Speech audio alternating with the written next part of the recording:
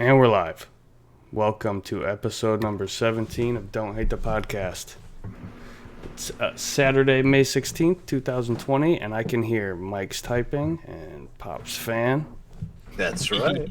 That means the podcast has started. That means we're live. Yeah. I'm your host, Mark Money. I'm one of your hosts, Mark Money. And joining me are my friends Killer Metal Mike. Yo. And Pop That Baby Maker. Hey. Every week right here on twitch.tv/Don't Hate the Podcast, we give our thoughts and opinions on games and gaming culture. So, what the fuck is happening, my friends? What's going on? You know, same shit, different day. Wow. But that's like the case of the world right now, right? We're all It really is, man. It is It's the just- same shit. It's one big long day. Yes. Yep.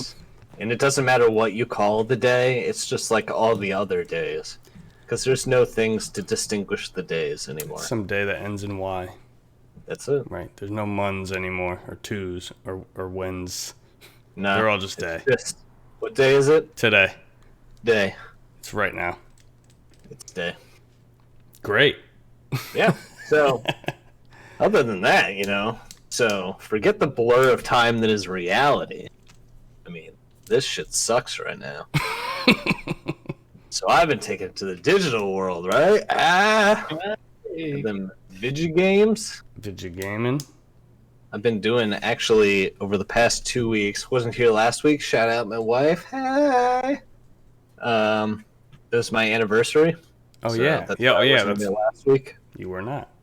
But over the past 2 weeks, I've been playing actually a lot of games to completion, which is like a really great feeling when you actually finish a game. So I'm like, I feel good. Yeah, that is a great feeling to finish the games. Yeah. In an effort to move this in a more streamlined fashion, let me just give the patch notes for this episode. There's not much really to say, except for the social media is getting sort of a little bit of an overhaul in the sense that my plan is to start breaking apart these videos into segments and putting the segments up as their own individual videos, so clips that you can watch on YouTube at youtube.com/Don't Hate the Podcast, and also at Instagram at Don't Hate the Podcast, where we do the Instagram TV videos, same thing as YouTube. So you could watch it there, you could watch it on YouTube. And that's the point of putting this in the patch notes, is that anybody who's watching or maybe listening to this later on, or if you're watching right now live, right now without, I'm working on getting a Patreon set up, but I'm trying to figure out some realistic goals and things that we could offer to reach those goals. But until that happens, the best way to support what we're doing, if you like what we're doing, is to go to the social media pages, mainly this one here on Twitch and the videos on YouTube, and just subscribe and like them, because YouTube's algorithm, that's just how it works. So if you genuinely like what we're doing, then I would appreciate the like, right? But if you don't really give a shit about what we're doing, but you want us to succeed, then throw the like on the video as well. That would help a lot. Yeah. It helps to grow the channel and put it in front of more eyes and people who might want to consume this type of content. So that is number one. Number two, the question box is still down there. It's, brand new channel, so I'm not expecting it to be overloaded with suggestions or comments or questions, but that is the place where if you want to get something read on the show right now, that's the best way to do it. Of course, if somebody leaves a comment on Instagram or Twitter or Facebook, then, as long as we have the time, we'll read all that stuff too. So without further ado, unless you guys have anything to add, tell me what you've been playing. And we could start with Mike, because Mike wasn't here last week. Oh, all right. So I actually have a couple to talk about. The first thing is that I actually finished Breath of the Wild. Okay. Last time that we were in here, I had finished all the shrines. I got all 120 shrines, which then gives you the original Legend of Zelda outfit, which I found quite hysterical.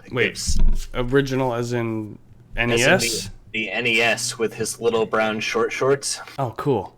Oh, yeah. So that was a hoot. because I got to look at that for a minute.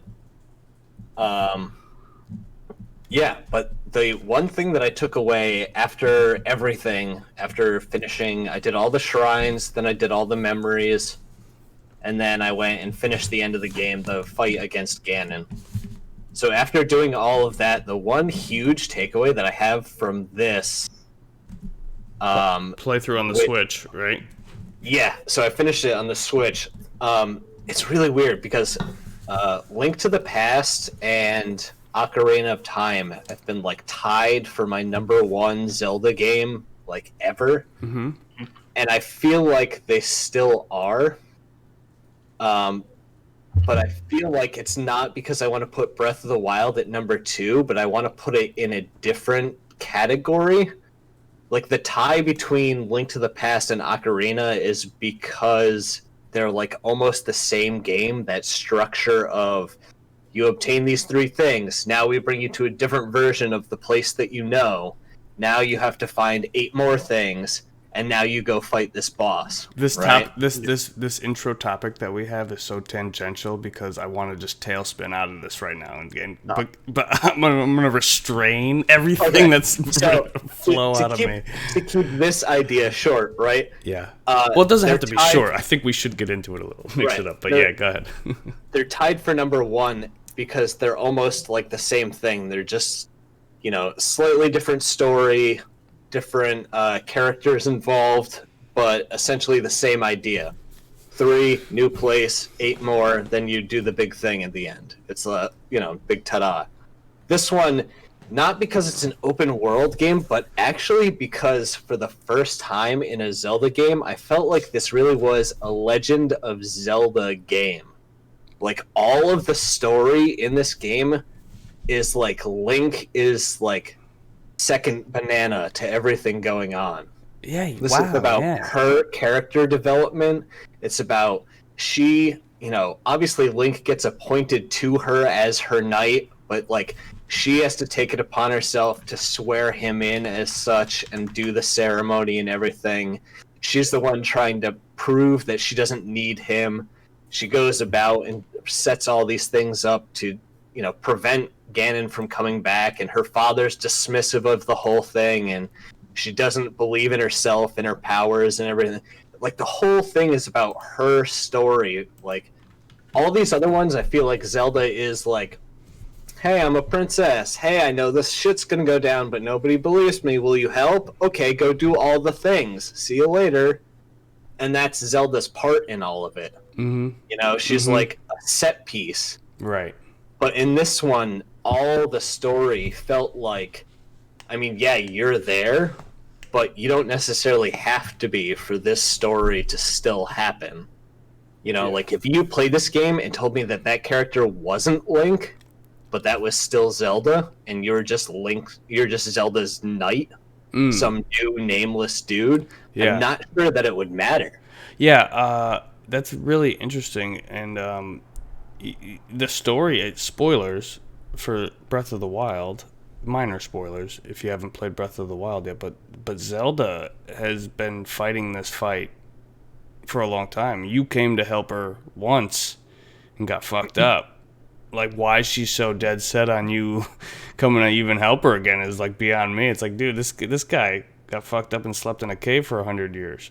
Yep. Just why don't you find somebody else to help, But Right. you said you beat it, so apparently Yeah. Link was the right choice. Yeah, and I feel like she wasn't even happy about it, but the thing is that it really wasn't her choice at all. She was appointed by the sword. Right. So Oh the yeah, sword chose him, so she had to use him as well. the whole Excalibur. Because arc. because he's the one who can wield the sword that'll seal the darkness. Even though in Ocarina of Time, can't you beat Ganon with a bottle? No, yeah. I think I saw somebody like. Beat him with a bottle, I know you can beat him with a Deku stick. Okay, so I feel like the bottle's more resilient than the stick anyway. Yeah, the bottle's against the Ganondorf fight, Ah. where you can volley the shots back and forth That's with the right. empty bottle. Yeah. That's what Yeah. I was thinking of. Yeah, just to touch on what you said real quick, like my favorite Zelda games had always been the original for NES and Ocarina. And when I played Breath of the Wild, I mean, you know me, I've always said that the latest iteration of a game is usually the best based off of like graphics, mechanics, sound, and all that stuff. But I think this one becomes my favorite because it just hits every beat, and I think that Breath of the Wild plays so much like the first NES Zelda game. You know, where you're just dropped into this world without really much guidance at all. And Good luck, fucker. here you go. You Yeah. go find Well, stuff. And then you find stuff, and it's like, back then, blowing up that, you know, I mean, who sat there and thought to drop bombs on every frame, every pixel? Like, let me just move one pixel to the left and try dropping a bomb here. And, like, then you open up a cave. That must have turned kids' brains into liquid diarrhea Hell yeah. back in the day. I mean, I remember my uncle showed me that, and I'm like, I didn't care about showing anybody else or being going and like letting people know. I was just like, no, every time I play, I didn't understand the concept of battery saves back then, so I just started a new game every time I turned that game on, you know? Yep. It wasn't until my adult years that I played through. I played through, I think I did 7 dungeons in the original Zelda, and didn't save. And then the cartridge, like, I don't know, got hot or crapped out or something. It's like it was all gone. I sat there for an afternoon just following a guide. Like, I want to beat this game. Yep. I've still never actually rolled the credits on it. Oh. But, you know, still one of my favorite games. So anyway, yeah, you've been playing Breath of the Wild. And you beat it. So Breath of the Wild, that was super good. And I actually sucked in my kid, my son, and my wife right at the end.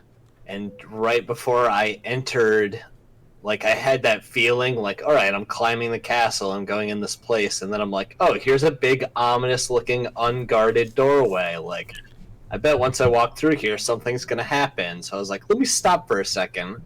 And I was like, hey, check this out. And I brought him over, and I played out all the memories in order. And, like, basically gave them the whole story right before I walked in the door. That's awesome. So that was really cool, because if you do that, you really do get like a really big cinematic experience. And at the time, I had sank so much time into playing that week up to that To get the memories, right? skills Oh, were like super sharp still. So I did it nice. all one shot. So it was really like just a big movie watching it, including the battle, which was pretty dope. That's great. I will say that was like one of the things I was kind of disappointed in, is that like the final fight, I feel like was like a It little wasn't very too hard. Yeah. Like I beat it first try, no deaths. Like, Especially if like, you do the oh, Divine oh, okay. Beasts first. Yeah, I was gonna say, I could see a little bit more of a challenge if you were like trying to straight run it, like just dropped in the world. Here's your glider, go to Ganon. Yeah. You just did that, even with all the stuff you can find in the castle on your way up. I think you'd still have a hell of a time trying to pull it off. Yeah. But it would. You'd have to I mean, have it's all been done, perfect right? batteries. I mean, it has. So People that beat the game with that like rock. When you first come out of the cave at the very beginning of the game, there's like that first rock that you're like, what can I do with this? There's Yep. people that have beat the game using that rock as like the weapon. yeah, and Wild. because you can just do anything with that game, it's great. Yeah.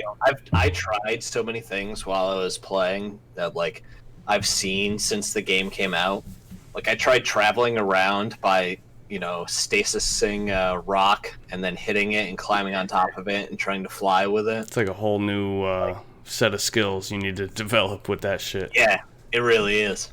Or like gliding through the air and then lighting grass on fire with a fire arrow to catch the updraft to continue going. I Dope. tried doing that a couple times. That is dope. Did a lot of shield sledding or shield surfing, whatever you want to call it. I feel like it is more like sledding. Yeah, They call it surfing, though. yeah. Anyway, I think that game's going to remain on in the conversation moving forward. What are the best games of all time? That will always be brought up. That will For sure. Oh, you giving that one a thumbs up? It's a thumbs up. 85 plus hours to get through with a guide to get to all the shrines. Yeah. Oh So, man, the replay value of that game is like amazing. Oh yeah. I thought about putting Did it you- back in just to go do all the side quests I could find. Did you dig because I into left any a lot. DLC? No, I haven't yet either. I haven't done those. You can get the so- motorcycle. Second, Right. yeah, the second DLC pack, like the first one, just kind of, I think it adds like a difficulty mode and Yeah, like that's what I've the heard. ability to track like your where you're going on the map and stuff. But the story one, like the story DLC, I think it's pretty good. Right. I've never checked it out. I own it on the friggin' Wii U. You know, it's kind of. Maybe I don't. I don't know. I can't remember. Anyway, you been playing anything else, Mike? Oh yeah. Oh. So that was the first one. Yeah. The next one, I won't harp on for very long because I already beat this one to death. But I saw in the Twitch Prime loot that you can get a unicorn skin for your Doomslayer. Oh, So I got the unicorn skin. Oh, that makes the and- rainbow blood more appropriate. Yes, it all became much more themed correctly. So I went back and I played the end of that game again, the final boss again, and As a dude, unicorn? yeah, Yeah. because the final boss made me laugh because it was so stupid easy compared to the rest of the game. Like they just try and throw a bunch of garbage at you, but they give you all the power-ups you need to just easily dispose of everyone. Garbo. Yeah, so it was the worst, but being dressed like a unicorn made me feel less ridiculous playing that game. Go figure. I recommend the unicorn skin. You still giving that one a sideways thumb? Or is No, that- that one is a solid down for me. That's a solid down here. I've heard people had fun with it. Good for them, man. I'm glad, but not for me, dude. Yeah. Just seems- aged too much for me. I talked to another friend. Like I was telling you before, we had a conversation where I said I had a friend who was like saying the opposite of what you're saying. They're like, I really love this game. I Yeah. had another friend who was like, dude, I really enjoyed the platforming. And I feel like that's maybe what it boils down to. Like, if you like that platforming, like you're gonna like the game. Oh, I didn't even like the minimal platforming they put in 2016, but it was so minimal that I was like, okay, fine. It just was like a couple jumps and I got to the next area where you want me to shoot a bunch of stuff.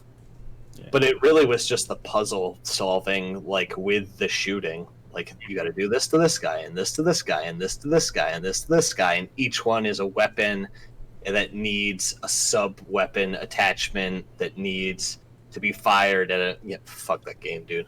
Done. Anyway, I also finished Good Job on the Switch. Nice. So this is like a little indie game that Nintendo had in their Nindies, however many months ago now. So I picked it up, and it's like you're a little, not like a stick figure, but like you look like one of the little restroom sign dudes. You're like a little bubble 3D thing, and you have to like Oh, do tasks around an office. I think I So- remember seeing this now.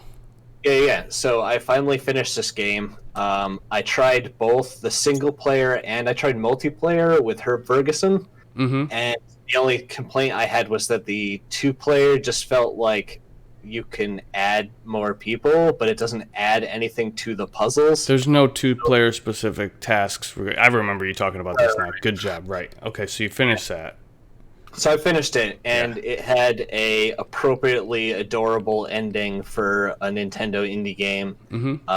So the idea is that you start at this business and you're on the ground floor, and with every set of levels that you complete, you move up a floor, and you move up a floor, you move up a floor. Eventually, the top floor, spoilers, I guess, if you don't want to know the ending to Good Job. We always Top give a floor. warning here. Yeah, the top floor you get to is the last level. It's the executive suite, and you have to gather the executives for the board meeting. So when you go and you walk by people, they all like, oh, jump to attention, and they start following you, which is weird because normally you have to like drag the chairs that they're on or like push a sofa into them so that you can move them and stuff. But this time everyone jumps to attention. So you walk through this whole thing and you lead people to the boardroom, and there's 25 chairs. And so at the top it says 25 people. And you go around the whole office and you can gather 24 people. And it's like, all right, man, I missed one. So you go back and you wander through the whole thing. And then you go back, there's a chair at the head. So you walk up to it and he sits in it. And then somebody walks up and gives you a top hat and a tie, meaning now you're an executive too. Mm-hmm. And it's like, hey, you run the company now. You're the man. You did it. Ha-ha. So it was like an adorably, appropriate Nintendo ending that they would give it. Like, oh, you worked your way all the way up, and now you're the executive. That's a Nintendo exclusive? I don't know if it's Nintendo exclusive. I know that I only seen it because of the Nindies, but Yeah, it's Nintendo. Yep. Yeah. I might check that out. Sounds fun. On the Switch, I think it was $20.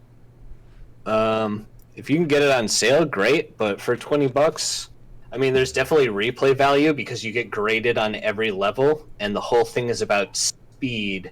And the cool part is that it's like solutions to puzzles that you wouldn't think of, like getting a thing from point A to point B instead of dragging it through all these rooms in like a little maze involves you plugging in another unrelated item to a wall socket and then using that stretched out cord to that item as a slingshot to pull back and fire items through walls and stuff to get to where you're going faster, because you get graded on time as the hardest grading. And then you also get for how many things you broke and how much value those things were. Sounds like you're giving it a thumbs up. Yeah, I'll give it a thumbs up for sure. It was fun. I'll watch the trailer. Me. Yeah. I've been on like a game purchasing rampage lately, just trying to acquire things that are cheap just to build up like some cool stuff to play. And this is definitely a good one. Like if you found this thing on sale for $10 or less, I would say jump on it because it was a lot of fun. And I think as a party game, like if you could sit down 3 more people and get a full-on 4-man squad to try and get through this thing, I'm sure that you could create some chaos, breaking things and solving these puzzles way faster than I could by myself. Yeah. So I could see it being fun. You could play multiplayer online? Yeah. Cool. I think that you can. Don't quote me on that. Well, you said you played with Herb Ferguson. Oh, you did couch co-op? We did couch co-op there. I see. Yep. So, anything else? Yeah, so I got 2 more. One real quick, and then Damn! No, I'm just kidding. Yeah, I know. It's 2 weeks, man. I'm telling you. This one, 2 weeks. This one was a Pop That Baby Maker exclusive suggestion. All right. Oh, shit. I actually just finished last night, Celeste. Okay. Oh, yes. Okay. That game was I'll be right back. amazing. Keep going. So Celeste is a platformer game that's like about mental health, I guess. Yes. That's my favorite part of the game. It's like, so the story on its own was like a fulfilling story, which was really good because if you break down like all the time that you have story scenes, it's like probably less than 15 minutes, maybe. Yeah. Like if you just played it all out straight. But the way that they do it with the platforming and the increase in difficulty makes it feel like every time they have that quick interaction, it's worth something else. Yeah. I just love, like, that's... I feel like it's, like, a hard thing to, like, explain without just straight up, like, spoiling the game. Without ruining it, yeah. So Mark just got back, and I think he's playing it, so I don't want to say, but the way they handle that thing that you just said, Yep. and, like, how it translates directly into the gameplay, I feel like it's something that you don't see a lot in, like, platformers. I haven't and- played it in a while, and I don't want it to be spoiled, so... Yeah, no, I literally was like, he's coming back, Yeah, so yeah. I'm not going to see anything. Yeah, but I have to watch this later. Oh, no, you didn't say it at all? No, We yeah. haven't ruined the story. Okay. Yeah, it's really, really good. And the thing that I will say is, like, a lot of games that I play, I'll get aggravated with and, like, get stuck on stuff and be like, screw this thing, like it's cheating, it ain't fair, it's this, it's that. And with platforming games, dude, like I've gotten mad at platforming games before, but this one was like I could feel myself being so aggravated, but not at With the only game. yourself to blame, right? Yeah, but not at the game like Mhm. normally. Like it was all like, oh, I got an up input on that. Like I must have been fucking leaning too hard this direction. Like, oh my god, I didn't hit this thing. I should have like timed the jump faster so that I could reach the other thing. I don't want to get on too much of a tangent, but have you ever played the game McKids? McKids? Yeah, for NES. Yeah, for like maybe a minute. That's an example of a game where like the platforming isn't like the game's playable and it's decently fun. I remember having like a decent amount of fun when there wasn't really much else to play. Right. But that game is an example of how the platforming can fuck you over. Like when games have platforming that's either inconsistent and you fall through platforms, or like you should have landed on it or you don't, or like you can't adjust in the air. But like sometimes that's a built-in mechanic and it works, but sometimes it's just frustrating. Like Celeste just feels right. It just really feels. And like I feel like they could have made it even harder. Like you don't have to push the directional buttons towards the wall that you're wall jumping off of. You just need to be near it. And like that makes it actually easier. Right. I just like that. Like I think by the end of the very first level, it's like you've got all your inputs. It's like that's the entire game. It's like you have a jump, you have a dash, and you have like a wall grab, and then like that's it. I like how they don't tell you that you can attain a second dash by going through those orbs, like, but you figure it out. You know what I mean? Yeah. Like, you get that mid dash. Yeah, they don't like explain any of the mechanics. They just give you a space at which they imply you need to figure something out. Here's a thing that's also involved. Let's see how it works. Like things resetting your dash, like you run into a couple of different things that'll end up resetting your dash. And it becomes like super useful. It's its own genre now. Huh? What is it? What's the genre that they're putting this in? Try and die. Try and die? Dude, Yeah. I will say that Remember Super Meat Boy? Yeah. That's like classic try and die. Yeah. You And I know? will say that I prefer the death counter approach over like a life bar or like a amount of Yeah. lives.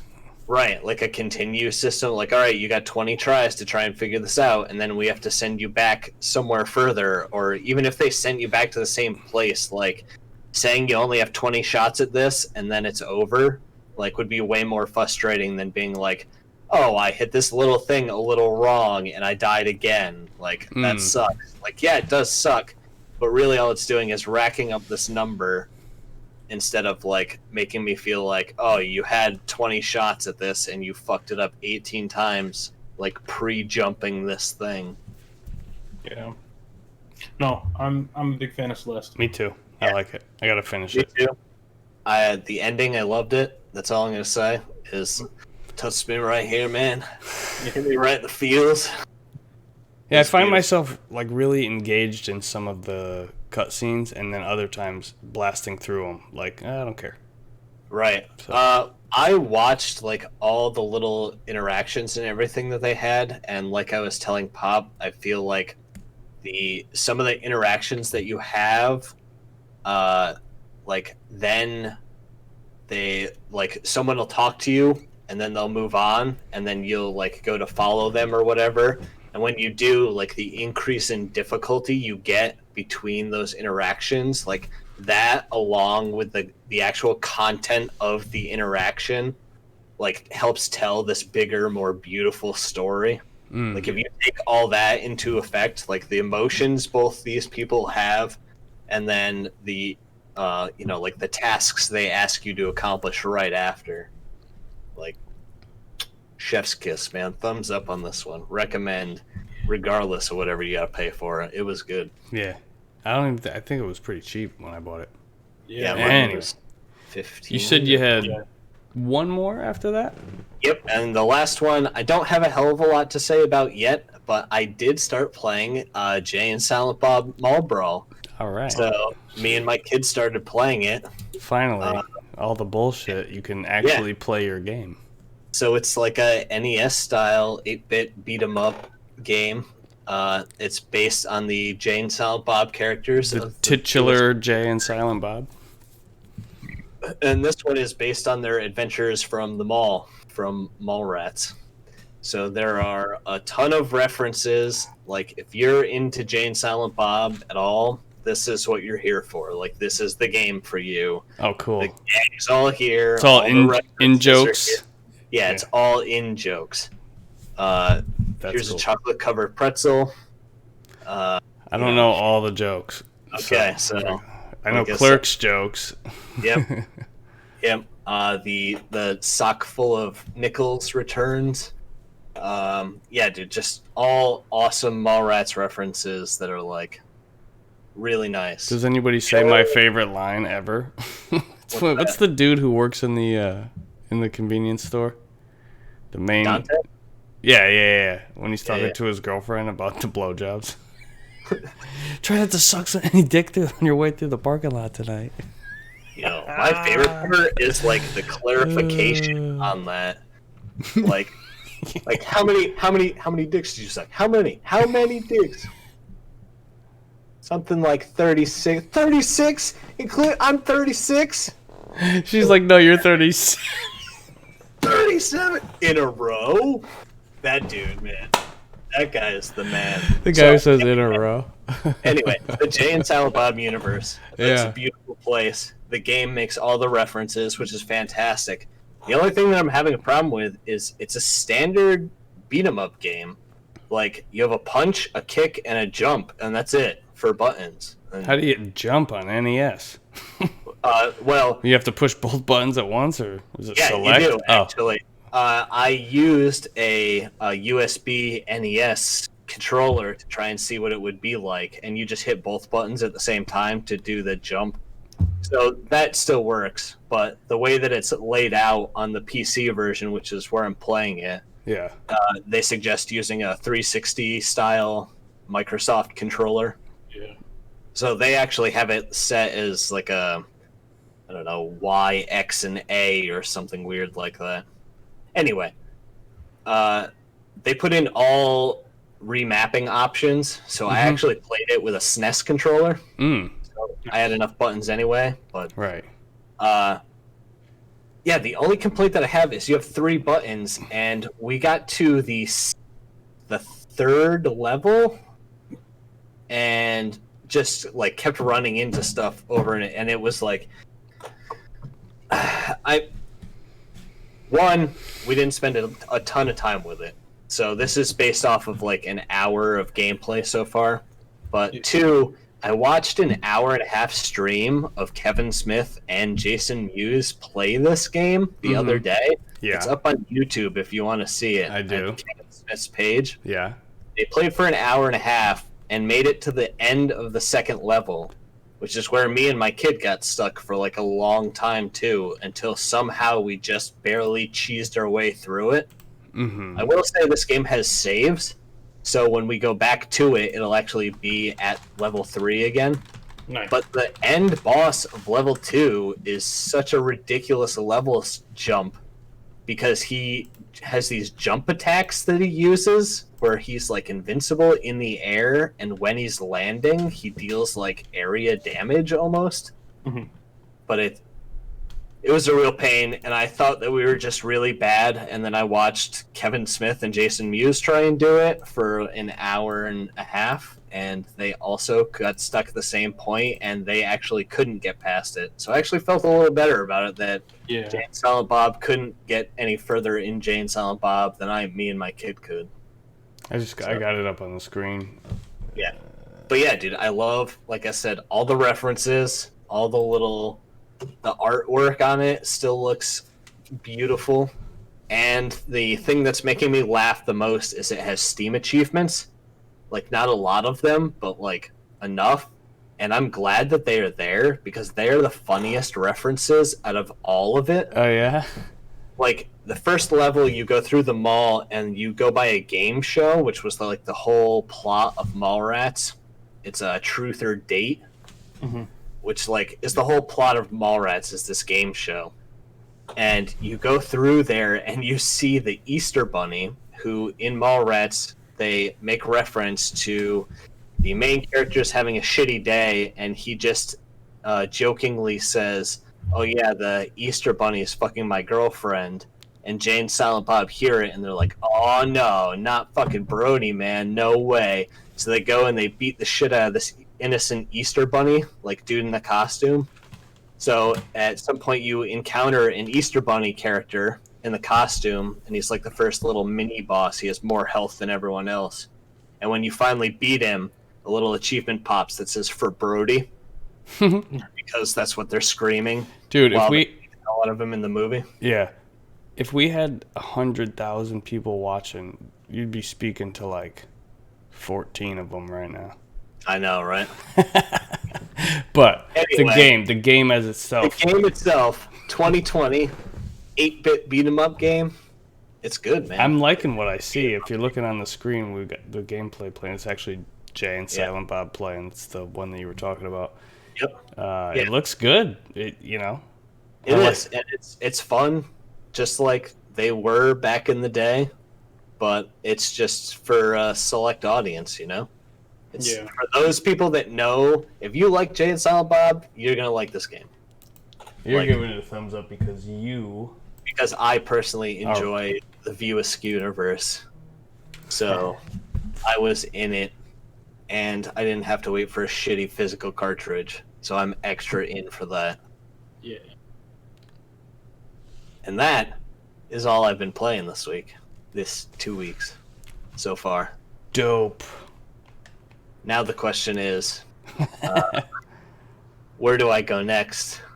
I have a Deadly Premonition on the Switch, which Deadly Premonition 2 is coming out in July, or I have The Last of Us on the PS4. Got to finish The Last of Us, bro. The Last of Us next month. If you want my honest opinion. Yeah. Well, yeah. You know, I heard some okay things about Deadly Yeah, I heard. Oh yeah, me too. I heard both of those games are all right. Yeah. Oh, really? Yeah. Well, you started playing Last of Us, right? Yeah, I think I'm like half an hour in, maybe. Oh.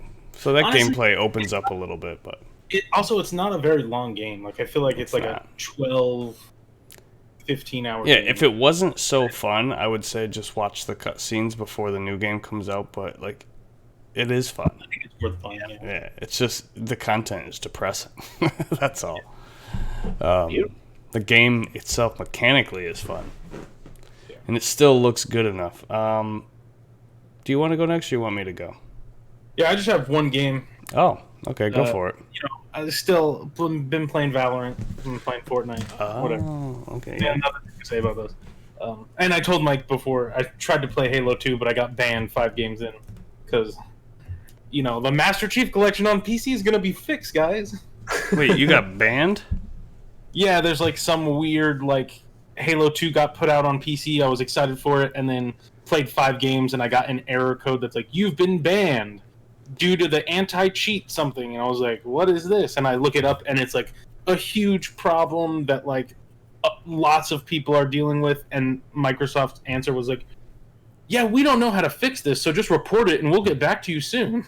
Like, so I don't know. That was very Pro moves. wow. but I've been going through my PS1 games, because a lot of them I just haven't played, or like I did like a pretty decent sized trade a while back, and I got a lot of PS1 games that I just never got the opportunity to like go through and be like, what is this? What is this? And so I got this one when I went up to the con with you guys the first year. It's called Xenogears. Oh yeah, for PS2. PS1. PS1. Right. PS1. Yeah. So like, I'm not gonna sit here and try to explain you a JRPG. It started out as Final Fantasy VII, and then it got moved over to, okay, now it's going to be a Chrono Trigger sequel, Mm-hmm. and then it just got moved to its own thing. But like, so it has a lot of the people that worked on. Oh, you're Final talking Fantasy. about the development cycle. Like originally, that's what was gonna be Final Yeah, like Fantasy VII. originally it was going to be Final Fantasy VII before wow. Final Fantasy VII, and I then didn't they know were that. like, "Oh, it's too, the story's too complicated," and like, and then okay, we'll make it into a Chrono Trigger sequel, and then it was like, well, some of this stuff will be hard to tie into the Chrono Trigger lore, so like, we'll make it its own thing, and then like it just ended up becoming its own thing, and now it has like a ton of. I'm Yeah. pretty sure this is the same. Yeah, Xenoblade, Xenosaga, it's all Xeno. Saga, the Xenoblade, like all that stuff. But yeah, I've played like maybe 20 hours of it, which is like nothing for. I was reading the average like play time. It's for like this an game is 80-hour game. 90 hours. Yeah. Yeah, so like 20 hours is I'm still on disc 1. Like, How many discs? 2 discs. It's really good. Like the music is fantastic. The art style is really cool. I think it's like the opposite of original Final Fantasy VII, where like all of the backgrounds and environments are 3D, and then the character models are 2D. Oh, Um, okay. And I think that like that maybe helps it like hold up more now. Yeah. Like Makes it look. doesn't. Yeah, like it doesn't feel like I'm playing a really old game. Like it almost feels like I'm playing a game A new game based off of an old yeah, game. that was based off an old game. That's kind of what it feels like. Wow, that's really good. This says a lot for. Yeah, like What is it? Xeno Gears. Gears. Yeah, and the idea of the game is that like you're this guy on this planet that's there's slaves and war, and you don't know what side to pick, and then the town that you live in gets attacked by like both sides, and so you're kind of stuck in the middle, and then there's these. Frankly, there's bad people on both sides. Yeah. Okay. And then there's this weird like third party that basically has like giant mechs, and you become a mech pilot, and that's kind of like the battle system is like you fight other mechs from both controlling sides, and I don't Sounds like know, Final it's- Fantasy VI.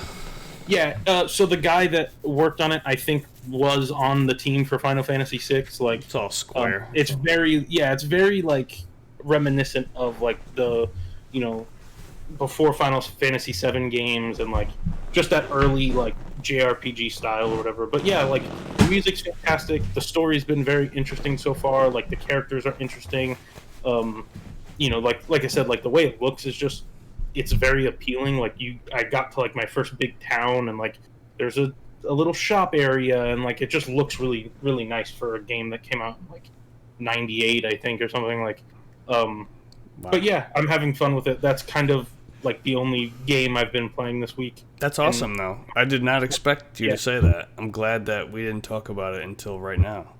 I actually, out of curiosity, because like I said, I got it at the con, and I remember the guy that I got it from. I bought like 3 or 4 games from him, and he gave me like a really good deal. I remember it being a really good deal at the time. Mm-hmm. And I think the only reason I bought from him is because I really wanted Mario Kart Double Dash, and he had a copy of Mario Kart Double Dash. And then I was like, well, what if I just grab all 4 of these? What kind of deal will you give me? But that game is like pretty pricey now, like Yeah, I'm checking it out. $60 game. So like, Mm-hmm. All the Square RPGs tend to hold their value. Yeah.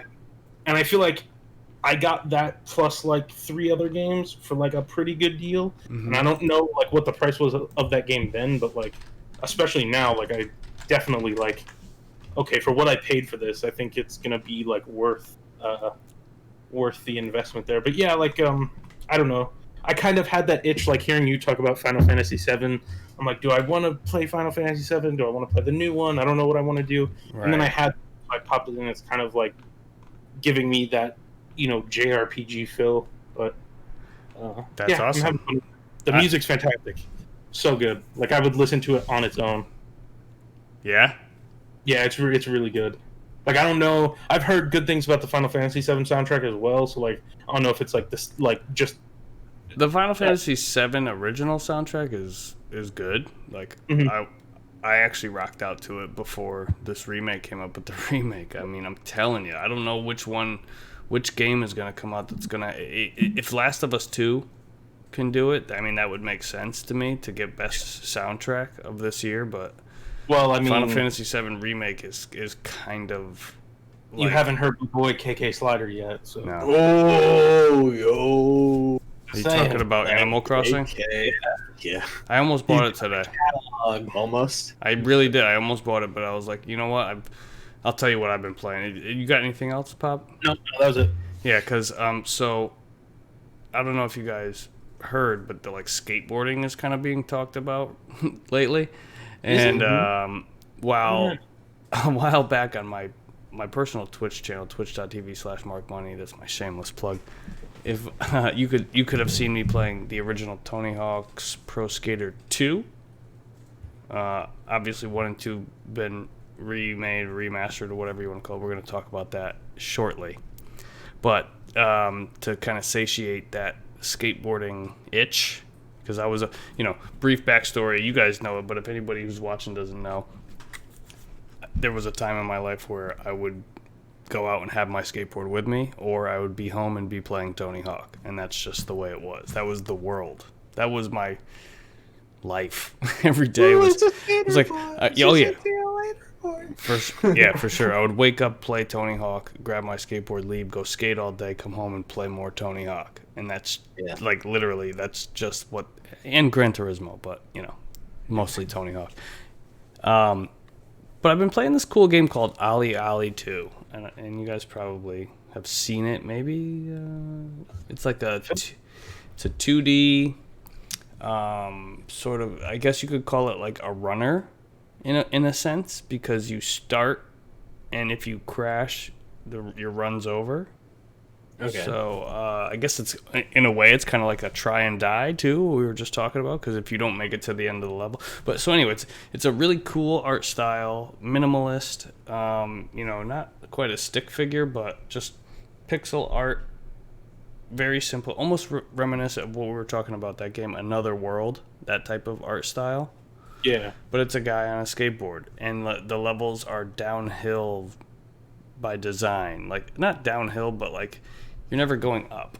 You know what I mean? It's just always taking like you're clearing like stair sets or going down rails. Are you looking at gameplay of Ollie Ollie 2? Yeah. Yeah. Super fun. It's cross platform on the Vita and the PS4, and I managed to get one of these original PlayStation Vitas with the OLED screen, so I was playing it there.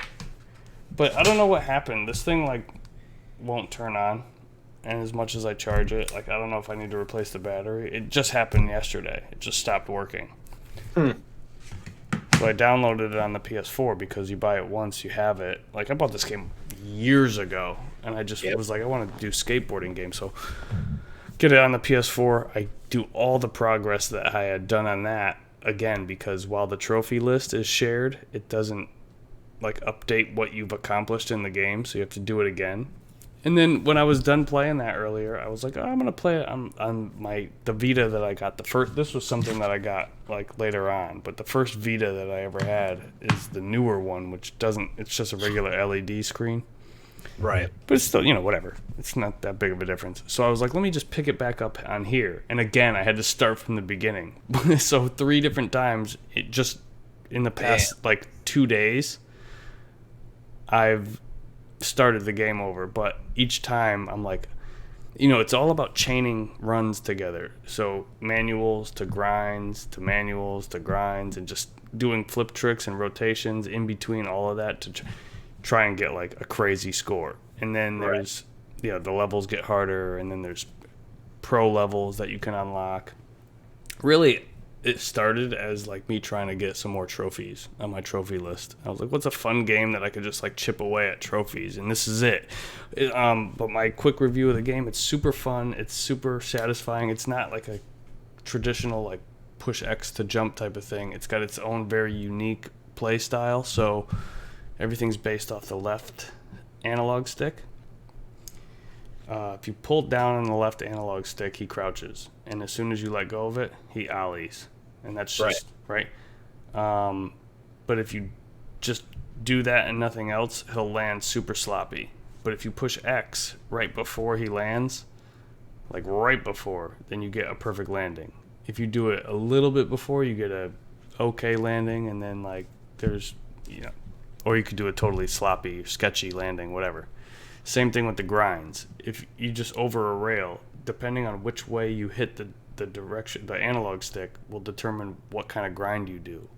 But the closer you do it to right before making contact with the rail, the better of a grind it will be. So there's some challenges in some levels where it's like land all grinds perfect, like, or no sloppy landings, or do 2 kick flips. So it's like cool, like little achievements that you have to do. Right. Yeah, I can't stop playing it. It's like the equivalent of a phone app, like that type of addiction where you're just like, not even addiction, but like I'm bored, so the first thing I reach for is this app or whatever. It's this game right now for me, and that's why I haven't been playing Celeste, because I've been bringing the Vita to work with me and just playing this, because I'm like, I got bit by this Tony Hawk bug, and I just want all things skateboarding. I actually bought a longboard too the other day. Yeah, this kid found a longboard for cheap, and he like cleaned it all up, and the kid I work with, and he's like, yeah, I just want to sell it. He rides bikes, so he's no interest in, right? He's got no interest in skateboards.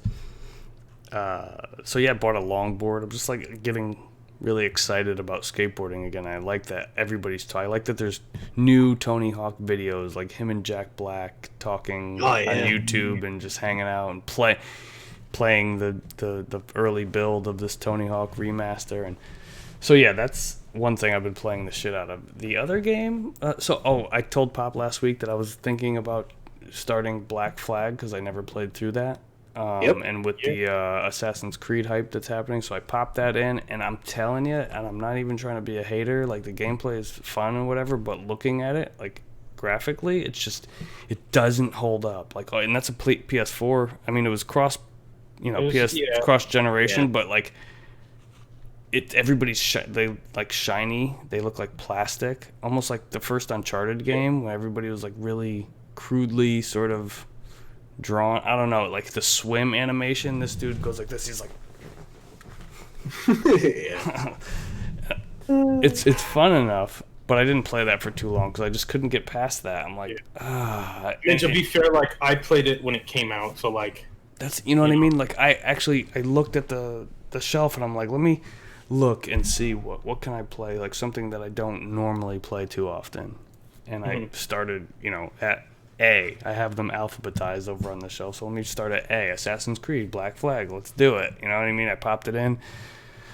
Surprisingly was engaged in what the story was trying to tell me, but just so put off by how it looked. And I guess I'm spoiled. Maybe that's ruining games for me these days, but it's almost at the point where I'd rather play the really simple, like this Ollie game, because it's clean, it's vibrant, it's sharp. This Assassin's Creed was like not trying like to the be edge. Something that it couldn't accomplish. Yeah, it almost would have been better if it was like cell shaded or something. I don't know. Right. But so I tried that. Also too, just real quick on that, is like I think at the time it was like there was I think it was like what 4. You had the first 3 Assassin's Creed games, and then I think they did like a prequel to them, and then it was this one. So I think there had been 4 Assassin's Creed games before Black Flag. Yeah. And it was like all 4 of those were very similar. They used the same engine. Yeah, and so it was like by the time we got to this one, it was like so refreshing because it was because Odyssey doesn't look like that. Than the other ones. Yeah, like that's like a completely new. But what was the one where you were in England, where you could play as the guy or the girl in England? Not Origins, not Odyssey. That Brotherhood? Nope. Yeah.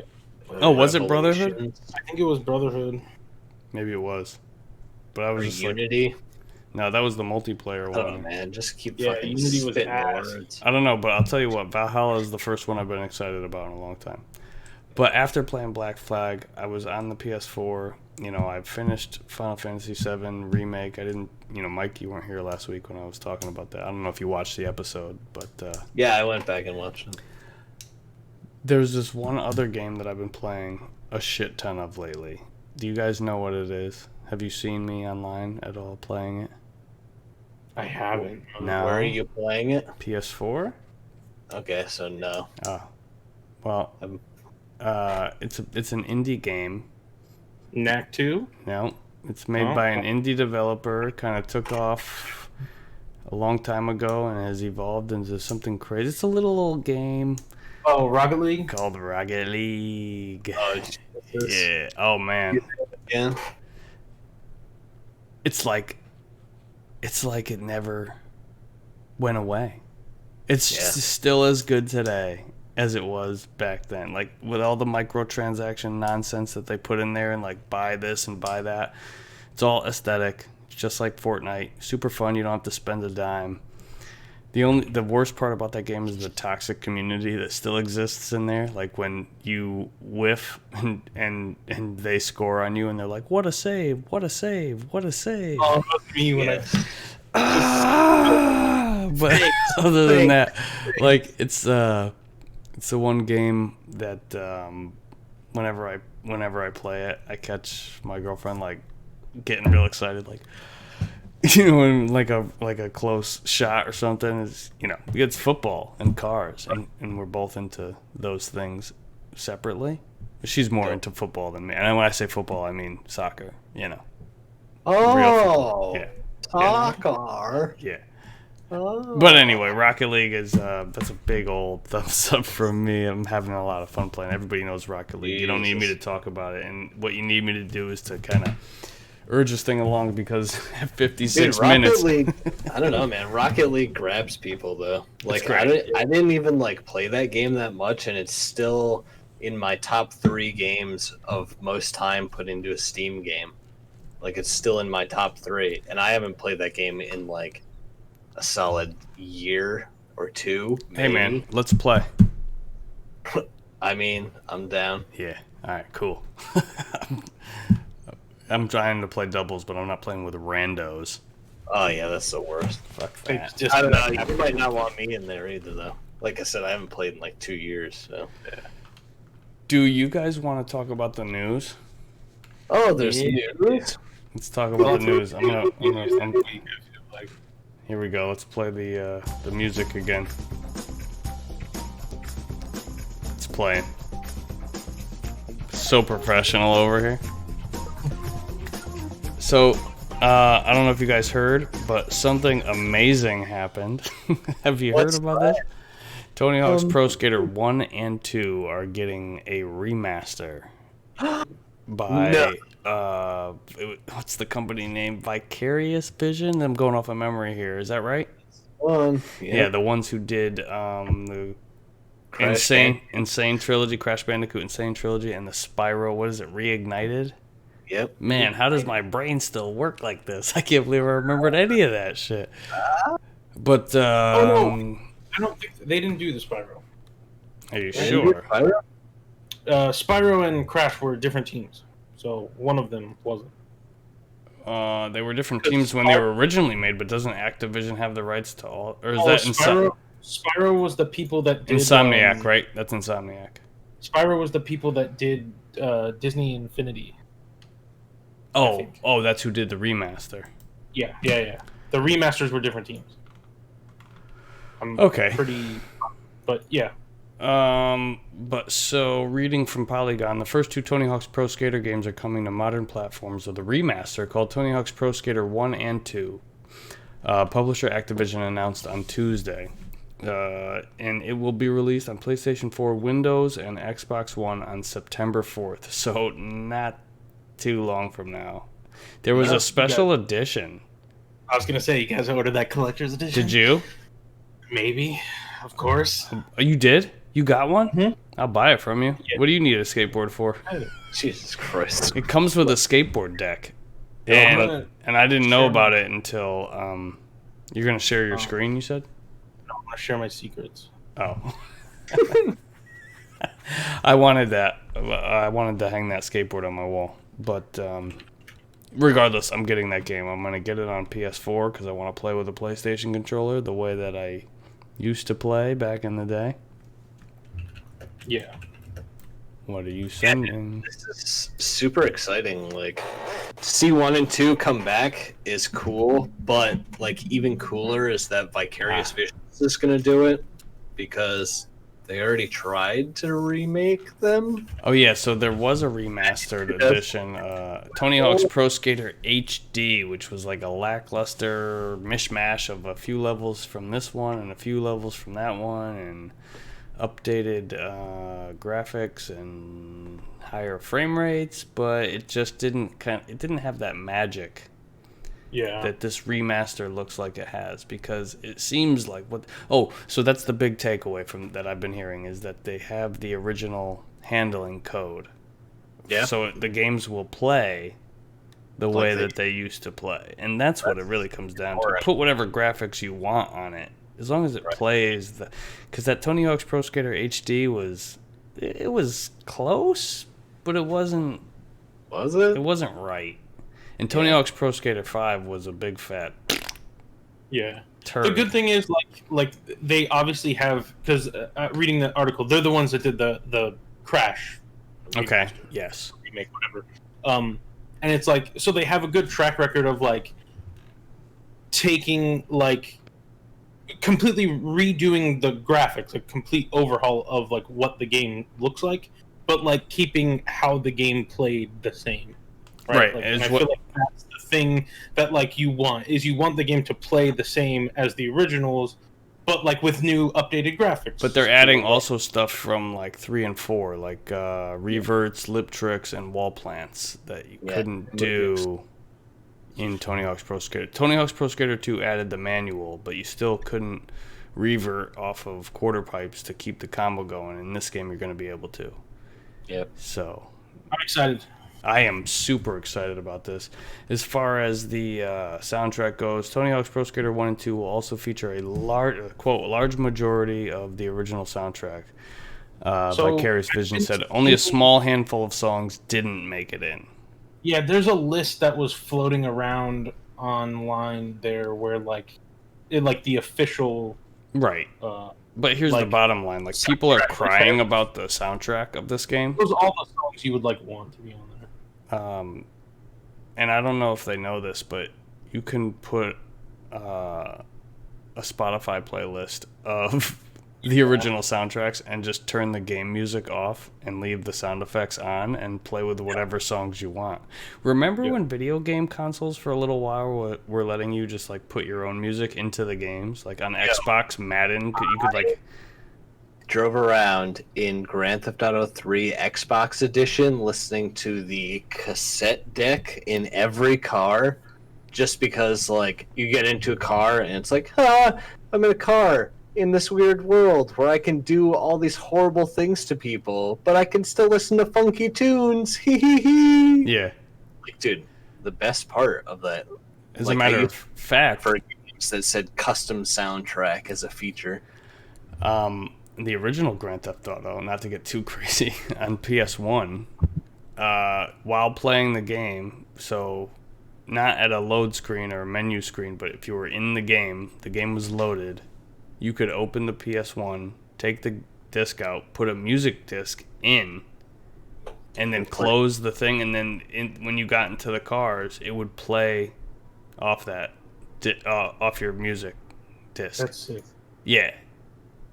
And if you got to a point in the game where like, oh, there's a mission, you would just have to put the disc back in real quick, let it read off the disc, and then you could... I used to do that all the time because I never played that game for the missions, the original GTA. Yeah. I just always drove around causing mayhem. But anyway, so a lot of the original music will be there. There's going to be a Create Park, Create a Skater. There's going to be online multiplayer, which is amazing. You're going to be able to play with your friends, play like... That's the part I'm most excited about. Like... Skating together. Yeah. I just want to join a session and like skate with you guys. Like, yeah. I don't know, that's so appealing. Well, can I convince you guys to get this on PS4 or... I already have a pre-order. On PS4? Yeah. Mike? I mean, I'm down. But just like... Awesome. I know it's so easy to get it on PC, but just don't for this one. Get it on PS4. I can do that. Nice.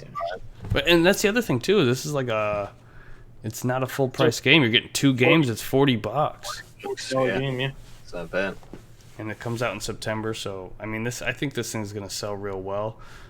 Before we move on, Yes, What- before we move on, one of the things that caught my eye was the Create-A-Skater. Yeah. So I got to ask if you could put anyone in this game as like a celebrity guest appearance skater, who would you like to see you get put into this game? We're on the same wavelength, Mike, because that's what I Yeah. was gonna say before we move on. I was gonna say, what do you think the odds that Crash Bandicoot's in the game? But even better, yeah. like who could you? I mean, I think Crash is an obvious choice.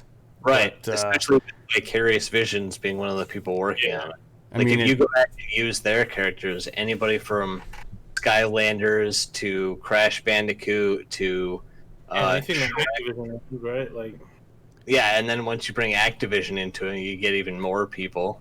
mm-hmm. And then you bring like Sony into it if you want to, and then you got even more people. Well, but it's gonna be on Xbox as well, right? So Right. ooh, it's like the old school though. Like Xbox gets their own. Master Chief, Yeah, right. Sony gets Kratos.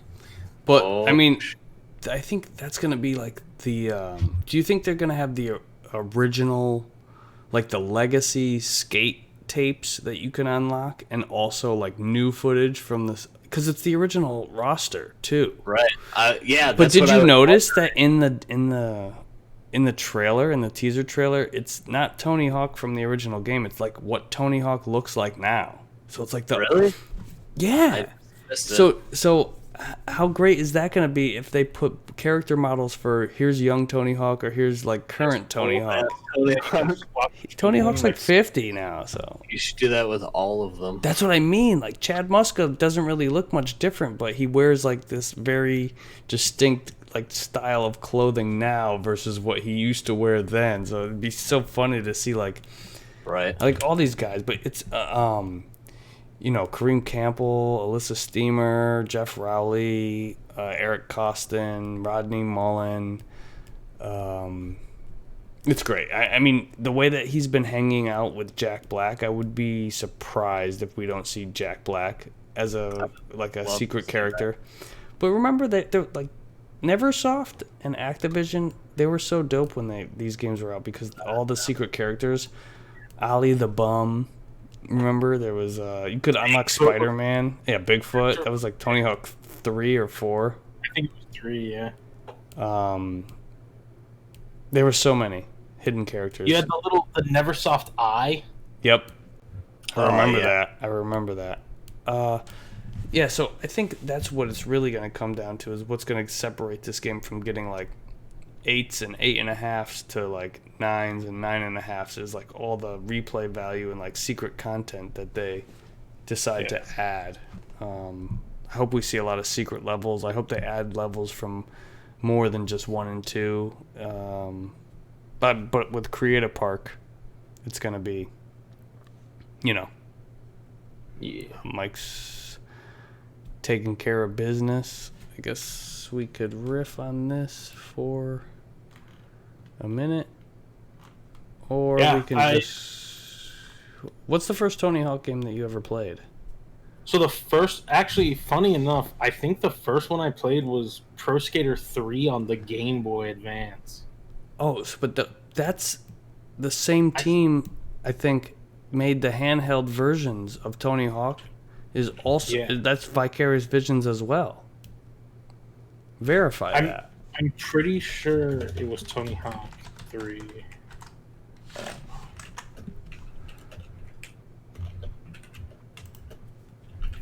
Oh, they're based in Albany, New York.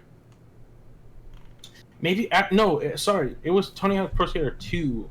Oh no. Which one? I don't know. It was either 2 or 3 that I had on the Game Boy Advance. Yeah, And so- that was my first one, and then Well, guess what? Vicarious Visions did Tony Hawk's Pro Skater 2 and 3 on the Game Boy Advance.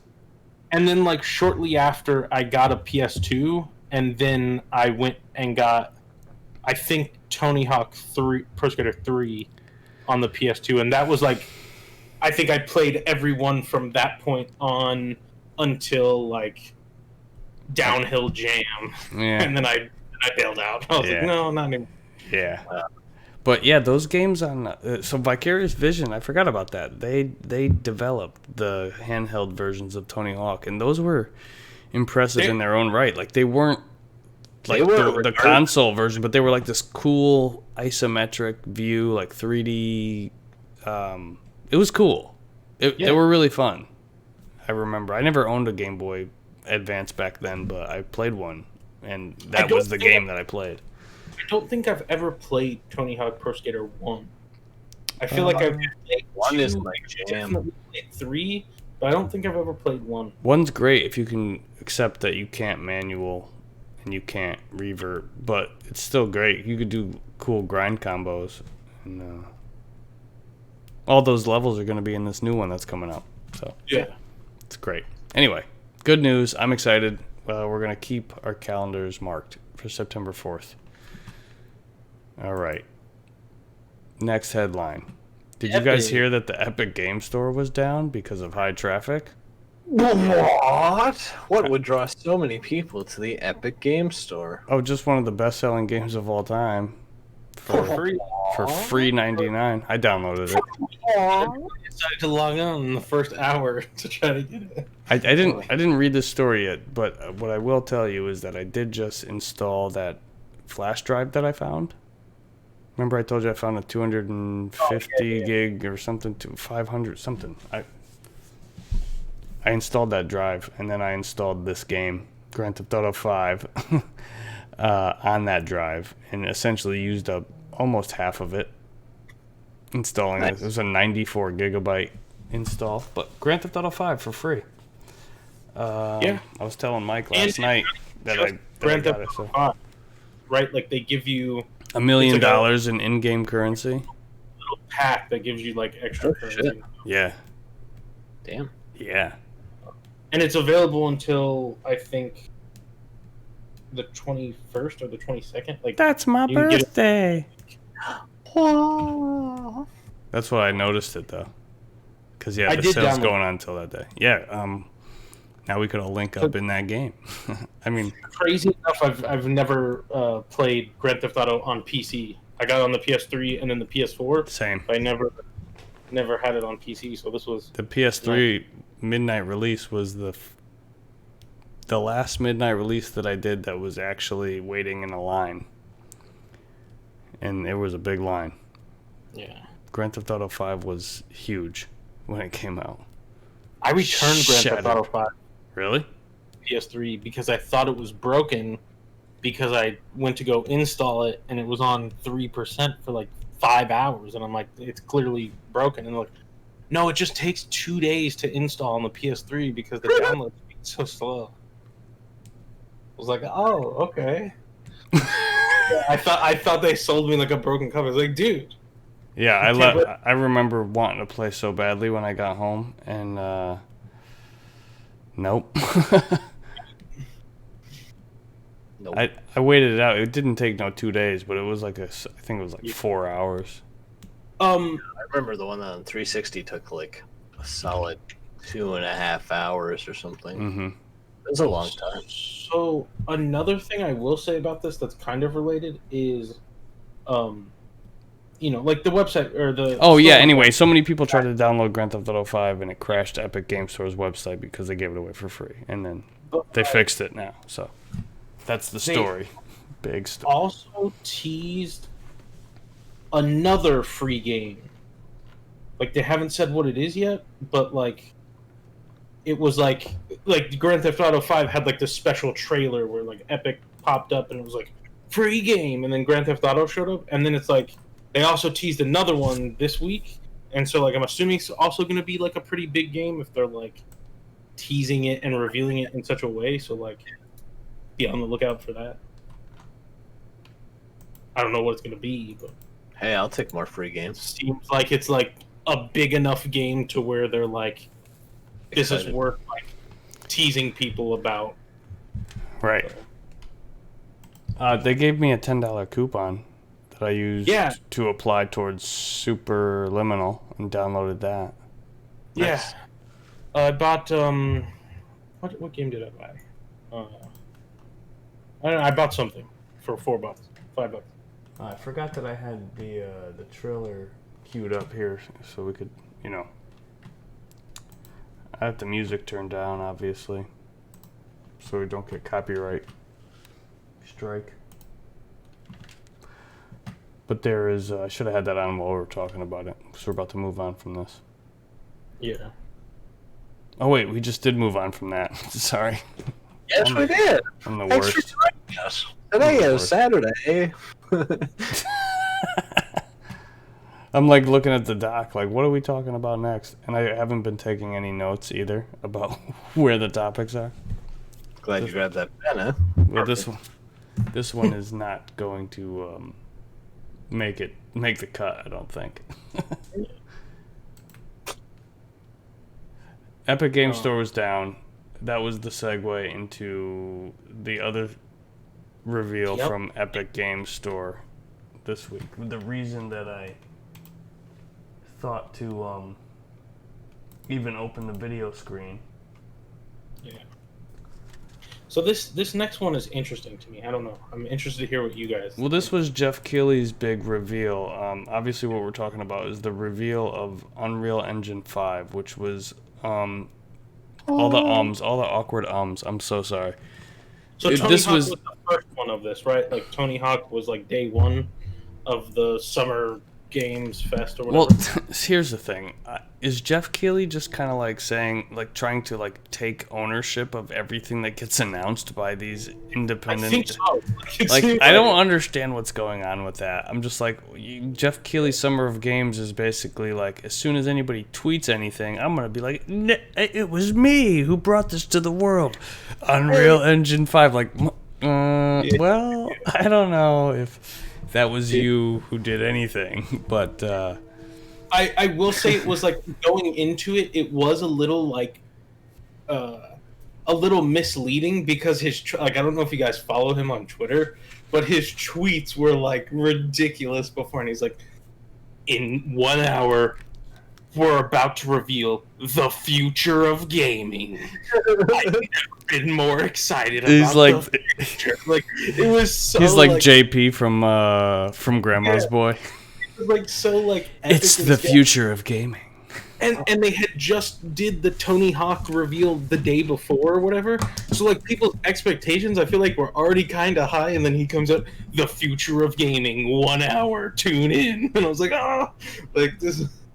I don't know. So, but anyway, when it did ultimately get revealed, it was a couple of guys from Epic Games, and there were, some technology nerds who were talking about stuff beyond my comprehension. But what it ultimately was is the new Unreal Engine, the new iteration of Unreal Engine, which is awesome that it's going to be free for whoever wants to use it. And they're not going to take any royalties for people using their engine until your game makes $1 million or more. At which point they take 5%. Mm-hmm. Unless, right, these fees are waived if you sell them on the Epic Game Store, which is Steam's, main competitor. So they'll waive all those fees. So you get that full 5% back if you sell on the Epic Game Store. That's cool. But anyway, let's talk about the demo. Did you guys watch the demo? Yes. Yeah. I was impressed. We all know that that's not a game that's going to be coming out, and it's really just meant to show the capabilities. It's not even indicative of what games are going to look like at the beginning of this generation, but more likely what they're going to look like towards the end of this next generation of gaming. Yeah. What people are basically going to be able to strive towards. A good, maybe not in the article that you linked, but I did read an article that was talking about, like, a good example of that is that, like, games that are coming out right now that are using Unreal Engine 4 aren't even using the full potential of Unreal Engine 4. So this is like this is what games could look like if you took all full advantages of our engine, but like that is a very I feel like kind of like pipelined like dream scenario. Right, and it's worth noting that games like Gears of War, Last of Us, Horizon, like anything that's like first party, is typically using their own engine. Yeah. So Let me Regardless, Fortnite. Fortnite is going to be look good. switched over to Unreal Engine 5. So there's that. That's an interesting bit of news. But I think, really, if you're picking apart the demo that they showed, it's all about, I think mostly it's about light. And Lighting, how light actually, it's you get back into that whole ray tracing discussion about the way light bounces off of objects, and they show, it's this demo contains hundreds of billions of individual triangles, or pieces of geometry to make up the 3D models that you see on the screen, and it's they explain it in a with using complex terminology, but it's really kind of simple what they're saying. They're saying that the graphics processors are and with the combined with the speed of the solid state drives that are going to be part of this next generation are going to be able to basically render what would take a cutscene in 30 seconds to load. It's going to be able to do that like in real time, and when they show like a piece of the cavern, like, so the demo is a woman walking through a cave, and they're showing, like, they're highlighting the shadows and the way that light reacts when its orientation is changed, and spatial sound, and how, because you're in a cave, they have systems baked in that will accurately represent how sound would travel bouncing around in those caves based off of the geometry. So it's all like really technical, but at the same time, that's the kind of things that really create immersion in a game and make you feel like you're part of the action rather than just a passive observer. Right. Yeah. I was really excited about it and the potential of it. What do you guys think? I thought that like the whole thing looked amazing. Mm-hmm. Like the amount of detail in everything, and then when they move the light around and you see it move in real time, like what it looks like, just to watch the sun go from over here to over here and then see it instantly. Like, yes, if I sat there for a whole day, I imagine it would look exactly like that throughout the day, traveling to fill the space with light. And then they turn off that effect, and it, like, there's dark, and then dark over here, and then, like, you just see the immediate section that you're really in. And, like, none of that light bounces around to fill out the other detail that you would see. Right. The only thing that I actually stopped and looked at while I was watching the whole thing, because it seemed so off from everything else, like the rest of it looked beautiful, but the second that they were like, oh yeah, we came up with new patterns for things like water, and then they look at the puddle that they walked through, and I was like, that water looks like garbage, man. It looks like It didn't look that great. plastic. What's that? No, I thought the same thing. Like, Yeah. I thought the water looked great. Yeah, I was like, I don't know, man. Like, I get it. It's moving because you're stepping through it and stuff, but I think it still needs work. Like, you need to work on transparency and reflections if you're gonna start fucking with water, man. Because well, that's just it, right? Like, who knows how much time was really put into this thing. I mean, enough to make it a playable. So what I've been hearing is that this was supposed to be playable with the DualSense 5 in your hand on a masked PlayStation 5 on the floor of the GDC hall. okay, That's where this was supposed to debut. I'm assuming right after Mark Cerny gave his boring talk, right? So if he gave that talk and then you went and played this, oh yeah, you'd be like, oh shit. right? Because and people are kind of, everybody's dogging Mark Cerny, like, this is what you should have shown. You should have led with this, but like, it would have been, right?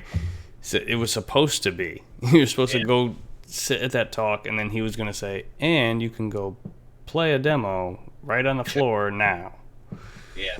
And they probably would have revealed the controller that day. and done the talk and done this thing. So that's a whole other conversation that's happening right now. Is Sony taking a big hit from this whole pandemic that we're going through right now? That's actually something like I had two kind of thoughts initially when I like watched this. Like, and the first one was that it's like, what do you guys feel about like when I watched this? I was like, this is just another like weird, awkward like hit to me for like the PlayStation 5 when it comes to like them, like how they've like especially compared to Xbox, how they revealed everything, where like now it's like when I watch this, I like this is the first time I feel like I've seen anything on, regardless of what it is, that I could be like, this is next gen, right? Like this looks like something that the PS4 definitely couldn't do. Yeah, but, I like, see that. Yeah. Also, at the same time, I thought it was just weird that, like, you know, with how awkward it seems like everything's being revealed for the PlayStation, it's like, so now the first gameplay footage we have from the PS5 is in a tech demo for an engine from another company. Like, it's just weird to me. Like, I don't know. Yeah, Like, kind of. It like just I comes off see weird. that, but doesn't that seem to kind of line up with the notion that if at GDC Mark Cerny gave that exact talk and then the guys absolutely. from Epic showed this, and then you could go walk and pick up a controller for the first time and play it, like that would have been huge for Sony. But then I feel like you have to. Then I feel like you have to like combat that, right? Like I don't know. I just look at like Xbox and like what they've done. Where like regardless of like I don't know. Like I don't know that Xbox has shown any gameplay of like next gen, but it's like they revealed what their console looked like and then followed it up with a first party exclusive game. That's like, probably it's running off of this, right? Maybe that Senua maybe looks like it's been made. It's just like more, I feel like it's more like cohesive, right? It's like here's the console, and then here's how the console looks from a game that you can only play on this console. And with the PlayStation, it's like we still don't know what it looks like, but here's what it looks like if you're playing a game. But this really isn't a game; it's just a tech demo for an engine that's never going to like. It's just weird. Like I don't know there's that whole other PS5 has been weird to me. Like there's that whole other conversation now about the advanced solid state drive that's going to be in the PS5, and even the guys from Epic are saying that, you know, this is going to set the precedent for what PC SSDs strive for in the future. Now that's like kind of huge. Yeah. That's, you know, so that's like a big that's a, I don't know. It's a big megaton bomb dropped by PS5. In a sense, you're still talking about a console war, which I don't think many people are, but I'm not saying like, oh, PS5 won or they're winning again. I'm just saying like that's pretty impressive. It looks like they're taking all that money that they made this generation and putting it into the hands of people who are going to be like, yeah, no, you want to get a PS5. Like Epic Games, for example. I will say it was like kind of noteworthy that like the whole time, like Epic is obviously, right, like a third party. They have games that are on Xbox and PC, right? Whatever. Mm-hmm. It's like even Switch, right? Like, but like even I thought phones. It was that they didn't once mention Xbox. It was all like, this is running on a PlayStation 5. PlayStation 5 helped us get to like, when you see this here, it's because of the place. Like that part was interesting. I just feel like this would hit so much different if like we had a reveal of the PlayStation 5 with a like, here is Killzone Shadowfall 2 or whatever the exclusive game is going to be at launch. Like this would then like, I feel like be so, it would I don't know, it would like push that initiative further of like, wow, like it's not just like in-house first party studios that have access to the PlayStation 5 way before other people, but also like third party developers are making things for the PlayStation 5 that also look really, really good. But I really sort of feel like the reason that we haven't seen the console yet is because they're trying to limit the amount of hype Yeah. because they still have to sell Last of Us 2 and Ghost. But also, then, like, I feel like they're doing, like, if that is their goal, they're doing way too good of a job, because I feel like they're killing any hype whatsoever about the console. But Like, I if don't you know. just- I think this generated Yeah. some decent hype. This Unreal Engine thing. Well, yes and no. I feel like the Unreal Engine thing is still super powerful. Like, I understand that you want to see gameplay from a PS5, like, of a PS5 game, that you're like, oh, this will be a game for PS5. But, like, the Unreal Engine thing is still super powerful. I just feel like mistimed. Like, Yeah. if they did have this and, release this video alongside the GDC video of his tech talk, and then was like, oh yeah, so check it out, here's the thing, and then they play that and have that go with it, like, that increases, one, the stuff that people are going to take away from the tech talk GDC thing. It, two, explains the constant PS4 connection in the Unreal video, PS5. but PS5 in the Unreal video. Like, I feel like it was just mistimed when they announced this. And at the same time, I agree that they should be hyping up the, PS4 exclusive games that they have coming that are still going to be on it before hyping the PS5. I feel like Microsoft is hyping the Xbox because they have nothing. They have no games. Yeah. No, like, I agree. I agree. But it's just, to me, it's just weird. Like, it's like right now, like, when you think about the two consoles, right? It's like, well, I know with the Xbox One, it's going to launch with a new Halo game, which is huge, right?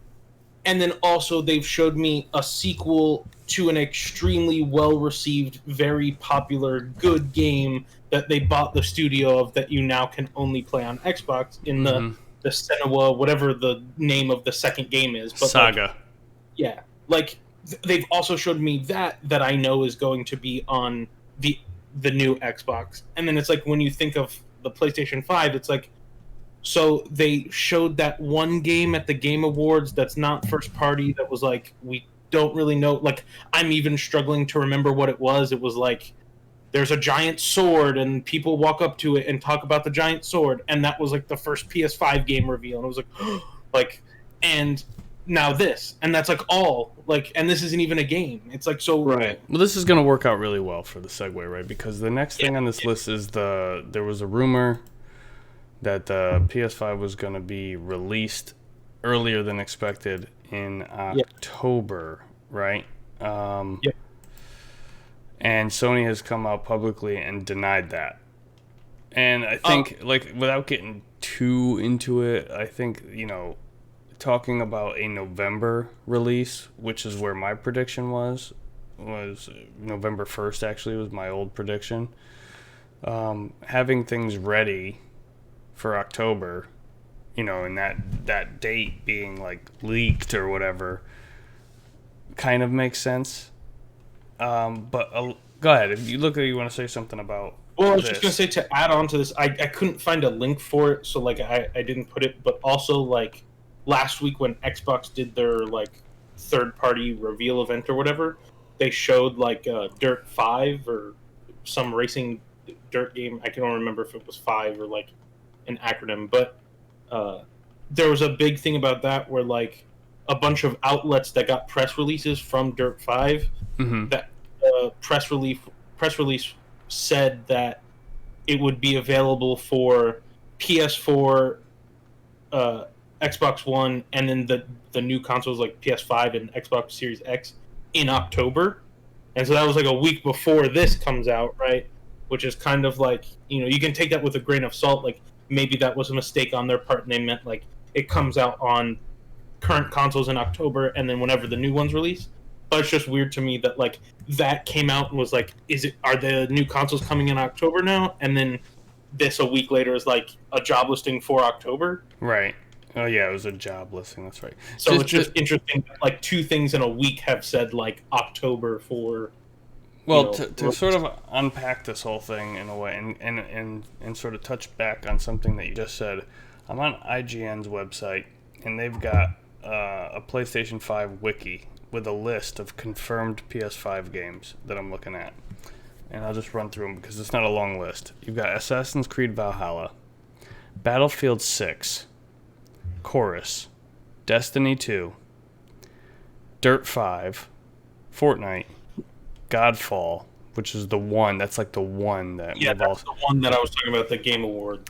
Gods and Monsters, Madden 21, Microman, Observer, I've never heard of that, Outriders by Square Enix, Rainbow Six Siege and Rainbow Six Quarantine, Scarlet Nexus, that Lord of the Rings Gollum game, The Sims 5, and then some untitled game by Square Enix, that Vampire Masquerade Bloodlines 2, and then Watch Dogs Legion. And it's also likely that the next releases, the concurrent releases for the Final Fantasy VII Remake will be on the next-gen consoles as well. So like 5 of those games that you said are like Ubisoft games that like we haven't seen anything of, that they just got delayed. Right. And it's like, so now they have to come out on the new console. Right. I'm just like trying to Monsters game was supposed to come out like last month, but it got delayed by a year. So it's like, well, now it has to come out on the PS5 too. Like, but just to provide some context, like you see that they're working, and that's what this other thing that PlayStation Studios has rebranded their first party, like, so everything that fell under the Sony Worldwide Studios umbrella is now going to be called PlayStation Studios, and they made a very fancy looking opening animation that's going to be at the beginning of their games. And I'll play it right now. Right, it's really, here it is.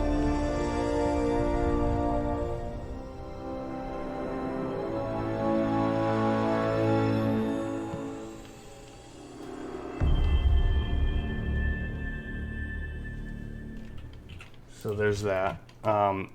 Everybody has been commenting on the obvious similarities to the Marvel Studios intro.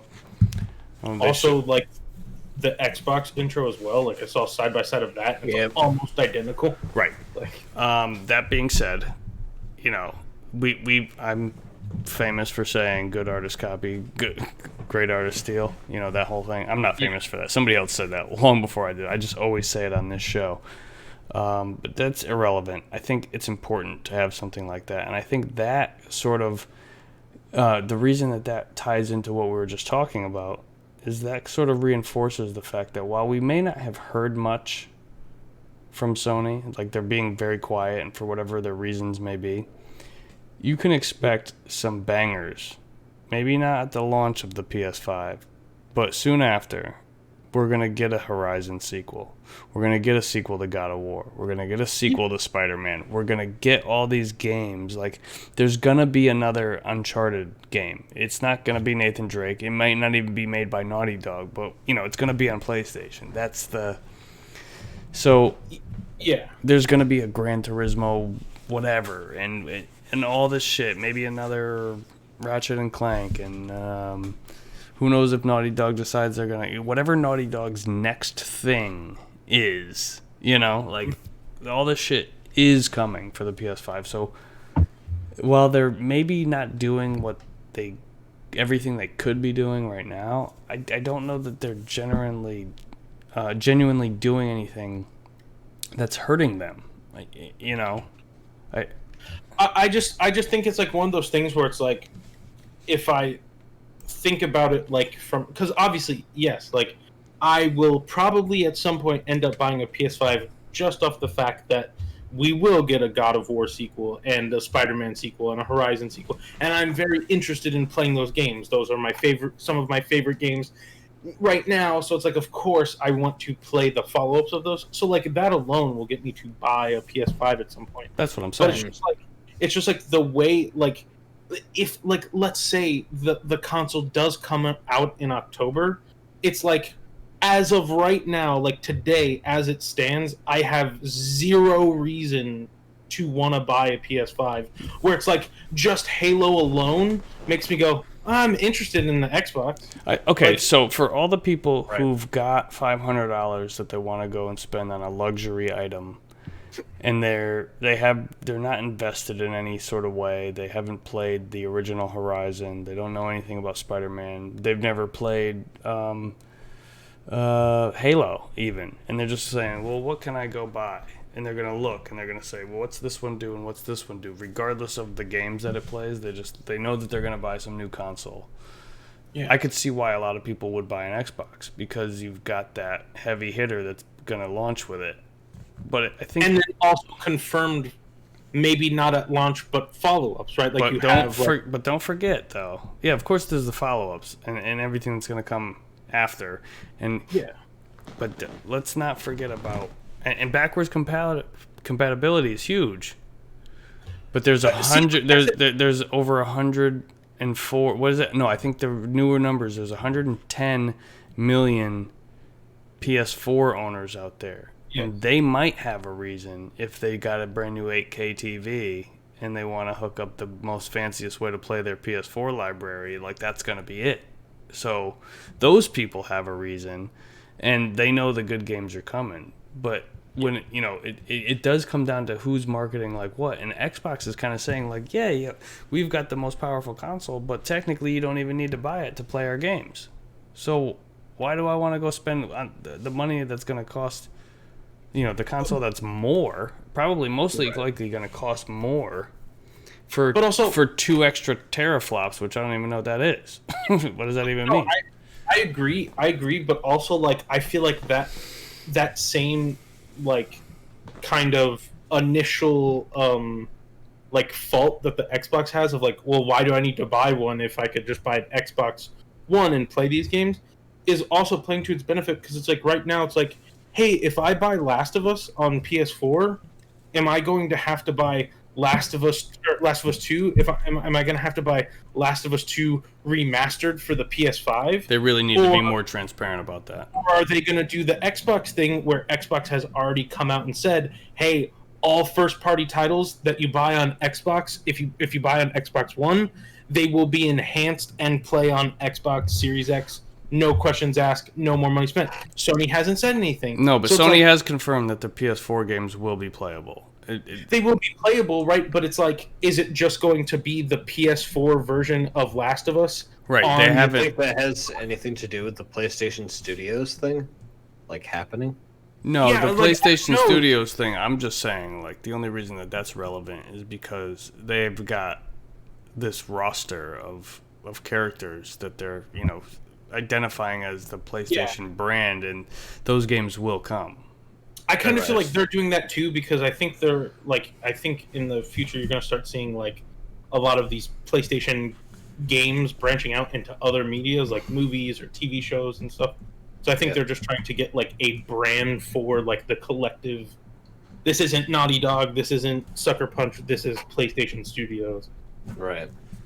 But yeah, like I don't know. Like obviously, I'm excited about like. Well, the whole PlayStation Studios thing, I think the important takeaway from that on its own is that they're saying, whether it's Naughty Dog or whether it's Sucker Punch or whether it's this or that, these games are collect- going to be the quality that you come to expect from a Sony product. Like that's like Sony has acquired these developers and they're touting them as the best of the best, right? Also, I'd like to feel that there's like some little like petty in there for like the MLB show games are under that, and now they're going to be sold on other consoles.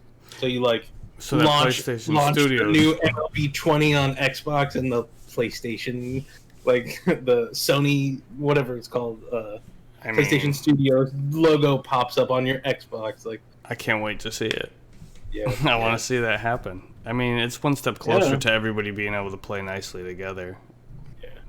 The whole thing sounds to me like Xbox's approach at this point is like, all right, the last console, like this generation, clearly PlayStation had all the games, right? Like all the major titles people wanted to play kept coming out PlayStation. So PlayStation has all the games. So the way I look at it is PlayStation has the games. They know they have the games.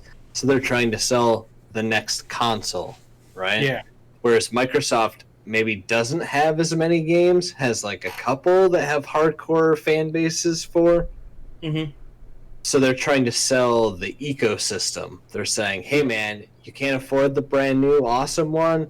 Maybe buy the older one. You'll still be able to play it. Just won't look as cool. And then once they have that growing ecosystem, then they can try for the next generation to be like, okay, look guys, we built all these fans, and we have fans because we have good games. And they bought all these studios, right? Right. And then I it just definitely think that's what they're doing. Like, I feel like they have to at this point because they really, like, I was the Xbox guy until the PlayStation 4. And once the PlayStation 4 hit, I was like, well, Xbox One doesn't really have that many more games. Like, You got Forza, you got Gears, you got Halo. yep. And I was in it for Gears. I had been out of Halo for a couple years at that point, so I really didn't care there. And then after that, like, everything that came there also came to PS4 or PC, where I was doing a lot of my gaming at the time. yeah. So it was like, by the time I was ready to play something other than PC games, I was like, okay, so who won the console war? And then it's just like, well, who has all the games? Sony. So you should do that. Because even the games I wanted to play from Microsoft, most of them I could get on the PC through their Games Pass or like whatever else. Dude, the PC Games Pass is like fantastic. Yeah, It's it is. great. It is like the future. So good. So yeah, there's all that. Yeah. Keeping in line with the PlayStation goings on, did you Not guys coming out in October. not coming out in October? Did you guys check out the State of Play, the Ghost of Yes. Tsushima State of Play, the 18-minute expose on? I started this. I actually did not watch the whole thing yet. Okay, so it's Pretty, like, I feel like it's pretty good. I'm actually there's no point in playing that whole. It's 18 minutes long, but it's Yeah. there were some notes, and if you look in the doc where it says key features shown, I think this yes. So we've got all sorts of they finally so what the State of Play was, which is number one, it shows us that State of Play is not an abandoned concept by Sony, so they're still going to continue with that. That's good.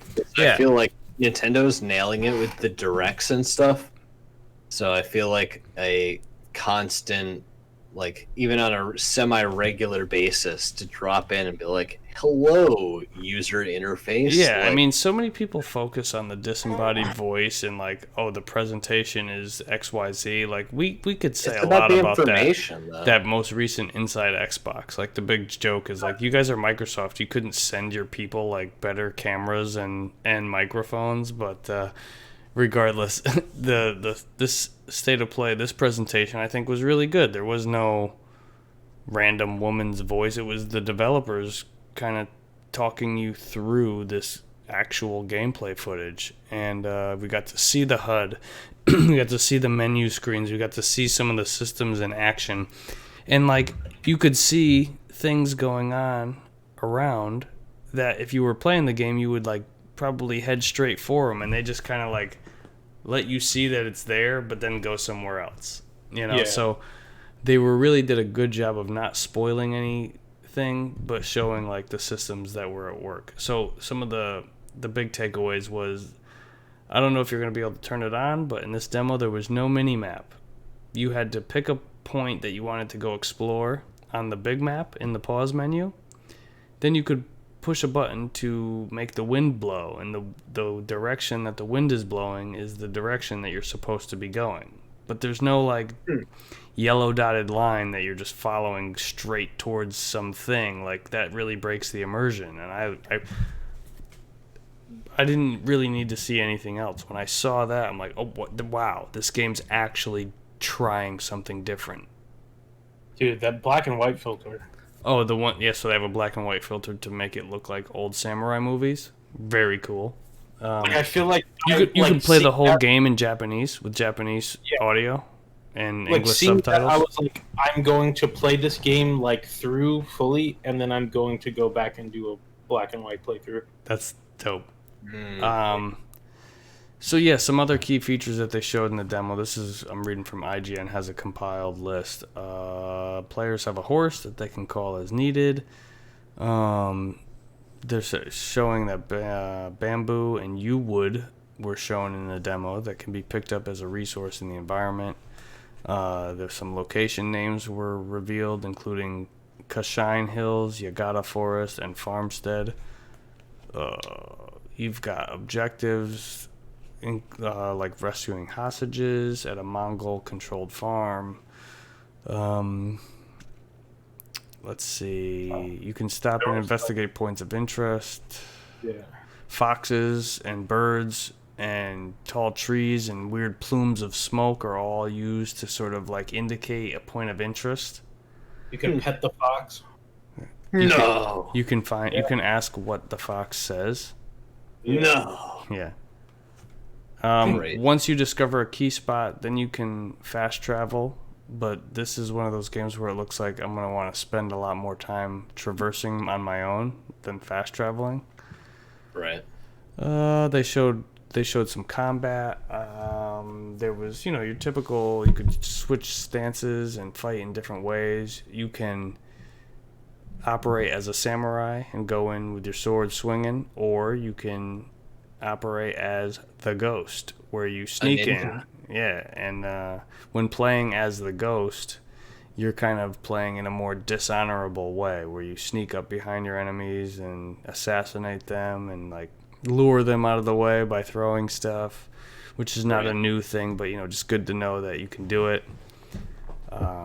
There was like when enemies are close together, you can assassinate multiple enemies if the timing is right. So a lot of cool combat things that they showed. You got a grappling hook, swing across gaps, climb up ledges. Then they showed a little bit of customization. You can collect. I'm super excited about this part. Like, different armors can do different. They actually are functional, but then you can customize them to be different colors based off of dye that you pick up found throughout the world. So that's cool. This made me, when they showed this part, like this section of the state of play, when they were showing the character mix, it made me like just think back of like, oh yeah, like God of War had like armor customization and stuff, and then I thought about Horizon Zero Dawn and how terrible the outfits were in that game. Oh, like, really? The armor are so like, it's like Aloy has a diaper on her head now, and it's like, what is this? Like, this is so bad. I remember in God of War being like, oh, this armor has great stats, but I don't like the way it looks. Like there was a lot of that, which some games I know that they'll let you like, I don't know, essentially copy and paste like the stats from one armor set to the one that you like the way it looks, but I don't know. I feel like I'll stick with. I'm always like trying to be like, okay, what maxes out my stats, and I never try and do like what one style of playthrough. But I think maybe with this game, I'll be like, okay, am I gonna stealth? Am I gonna go aggressive? How do I want to do it? And that'll provide for more replay value, because this is most likely going to be a day one purchase for me. I'm excited about Ghost. It depends on the collector edition, but it really all depends on how far I am in The Last of Us. If I still haven't beaten it by then, which I'm sure I will have. That's the concern I have with Last of Us and Deadly Premonition, because it's like a month or less between the two. So I'm like, now I have a month or less to complete it before they start coming out. Yeah, that's what I was gonna say. Like, I hope that like this game gets like its due in the fact that like I want it to like. I hope that Last of Us doesn't like like overshadow this because it comes out a month before, and it's like I feel like this game, from everything I've seen, like the studio's track record, like I feel like it deserves its own like kind of shine, and so I hope that The Last of Us doesn't like overshadow it. I think you've got people who are equally hyped for both of these things, and we'll all know on July 17th when it comes out. Speaking of games that are coming out on July 17th, Paper Mario: The Origami King got surprised announced by Nintendo the other day. Yeah. Does anybody care? I'm sorry. Did anybody have anything left to put about Ghost? Because we're running short on time. Yeah. No, just excited. Yeah. Mhm. It's Okay. another banger of a game. Looks vibes. like coming from Sony. So I want to cut somebody in half with a sword. Yes. They're definitely gonna be. I noticed that you could like chop limbs off and stuff. So Yeah.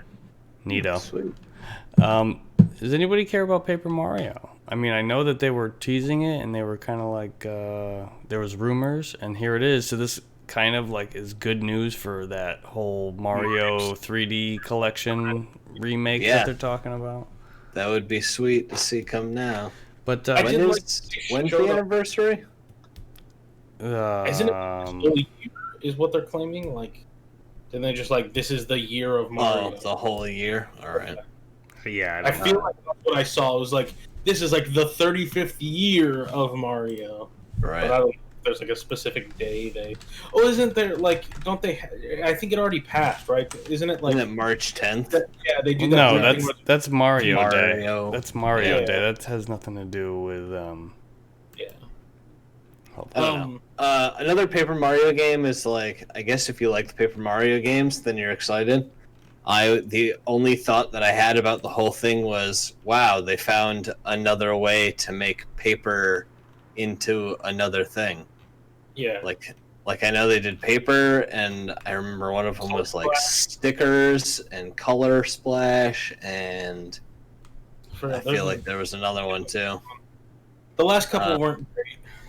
Yeah, and then they were like, "Oh, origami." I'm like, "Oh shit!" So now you colored the paper, you made it paper, and now you're folding the paper. Like, oh my god, this is amazing! Like, what do we do next? Dude. It's gonna be like But I don't know. the only thing that I did wonder is, did you watch the whole announcement trailer? Yeah. At the very end, it shows Paper Mario with an origami Samus helmet running around back and forth.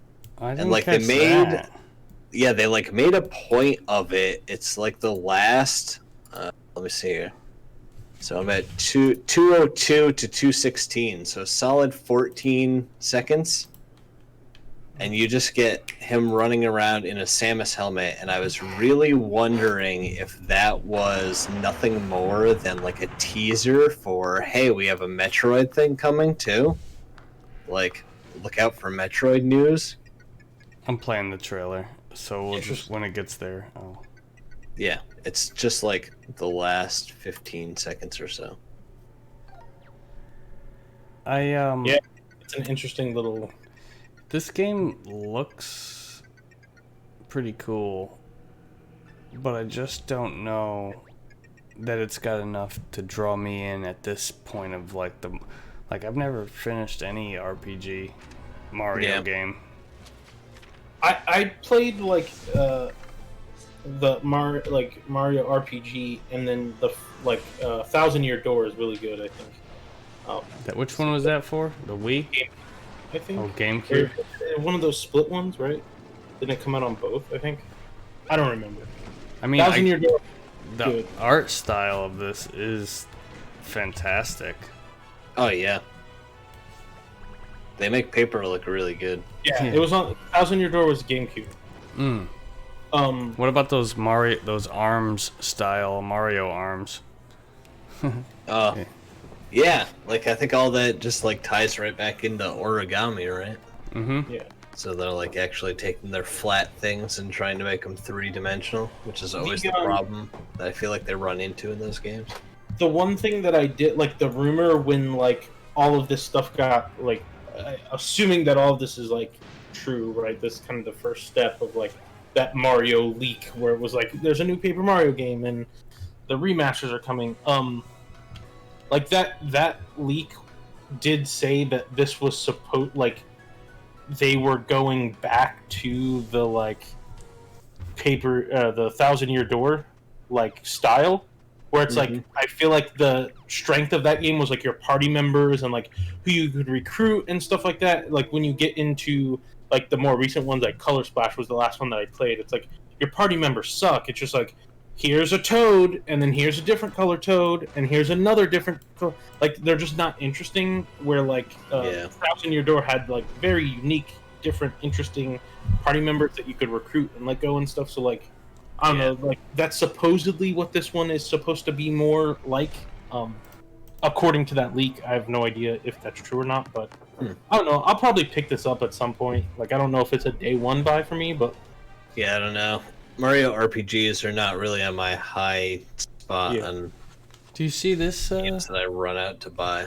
Do you see this screen that I paused on? What's your time? 1:36. Okay. What does that remind you of? Oh, the Wind Waker piece of shit. whoa now. Oh, I'm sorry. Did I About stutter? my baby like that. Wind Waker piece of shit. Yeah, exactly like it. Well, I'm just saying, you've got this that kind of calls back to Wind Waker, and I don't know if you noticed that little island that's in that screenshot is a question mark. Yep. Which is interesting. You got the Samus thing at the end. You've got the, like I said, the arms that look like, you know, that game Arms. Right. Yeah, the only thing that made me super suspicious about the Samus thing is, like, you definitely could have cut this whole thing, you know, fade out on the white that says coming July 17th. Right, they went back to show. And just, like, cut with the Switch thing and be done with it. But Yeah. they went back to show him, Yeah. like, oh, it looks like he's battling something. Yeah. You're like, there's something you don't Like, some see type every of day. teaser or something. Yeah. Oh, for sure. Like, why don't you just tell me your Metroid news instead of teasing it with a shitty Paper Mario game? It's like making me watch the first 15 minutes of 90 Day Fiancé just to figure out which one of the goddamn, you know, 19 kids and counting kids is touching the other one in the next episode. I mean, 90 Day Jesus, Fiancé is fantastic. I watch it every week. that show's hot It's garbage. So good. If you like your garbage hot, man, that's where you get it. I'll take any season of 90 Day Fiancé over the entire Game of Thrones series. Oh, shots fired. But I've actually seen infinite amount more 90 Day Fiancé than I have fucking Game of Thrones. So You guys are the wild. battles in there are pretty amazing. I got my mom into watching it as well. I was like, I think you'll like this, and now she like texts me every Sunday, like, "Did you see the new episode?" It's the worst.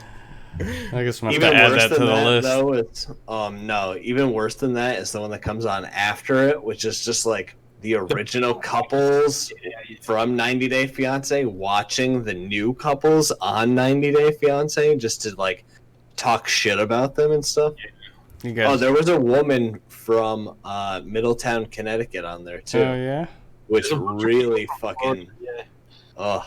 it was amazing. I actually saw her here, like Really? after the show. Did you go get her autograph? No, I did not. I wanted nothing to do with it. But she was in a grocery store and still tried to make herself look like she was super important. Oh, Which really? is like, yeah, it's just super gross. That is gross. But you know, one of those people you want nothing to do with. But I saw her and was like, "Ha! You have to buy bread at the same place I do, bitch." Like, and that dude broke your heart on TV in front of millions. Like, fuck you. Get out of here. Tell me how you really feel about the situation. I'll tell you how I really feel. Listen, all right? TLC stands for... Oh, I that feel like shit. TLC is my favorite network. Dude, that whole channel is awful. TLC stands for The Learning Channel. I have never learned a single thing from that channel other than if you're looking to lose IQ, this is the channel that you watch. This That's is the only thing I've learning learned. channel. Yeah. Oh, awful. Anyway, back to something worth anything. Well, Not Paper Mario. yeah, you know, Moving on. Yeah, I figured we would just wrap it up here. We don't need to talk about that other Yeah. one. Let's just play around with that a little bit, and we'll talk about it next week. Yeah, for sure. Well, boys, we made it through another one.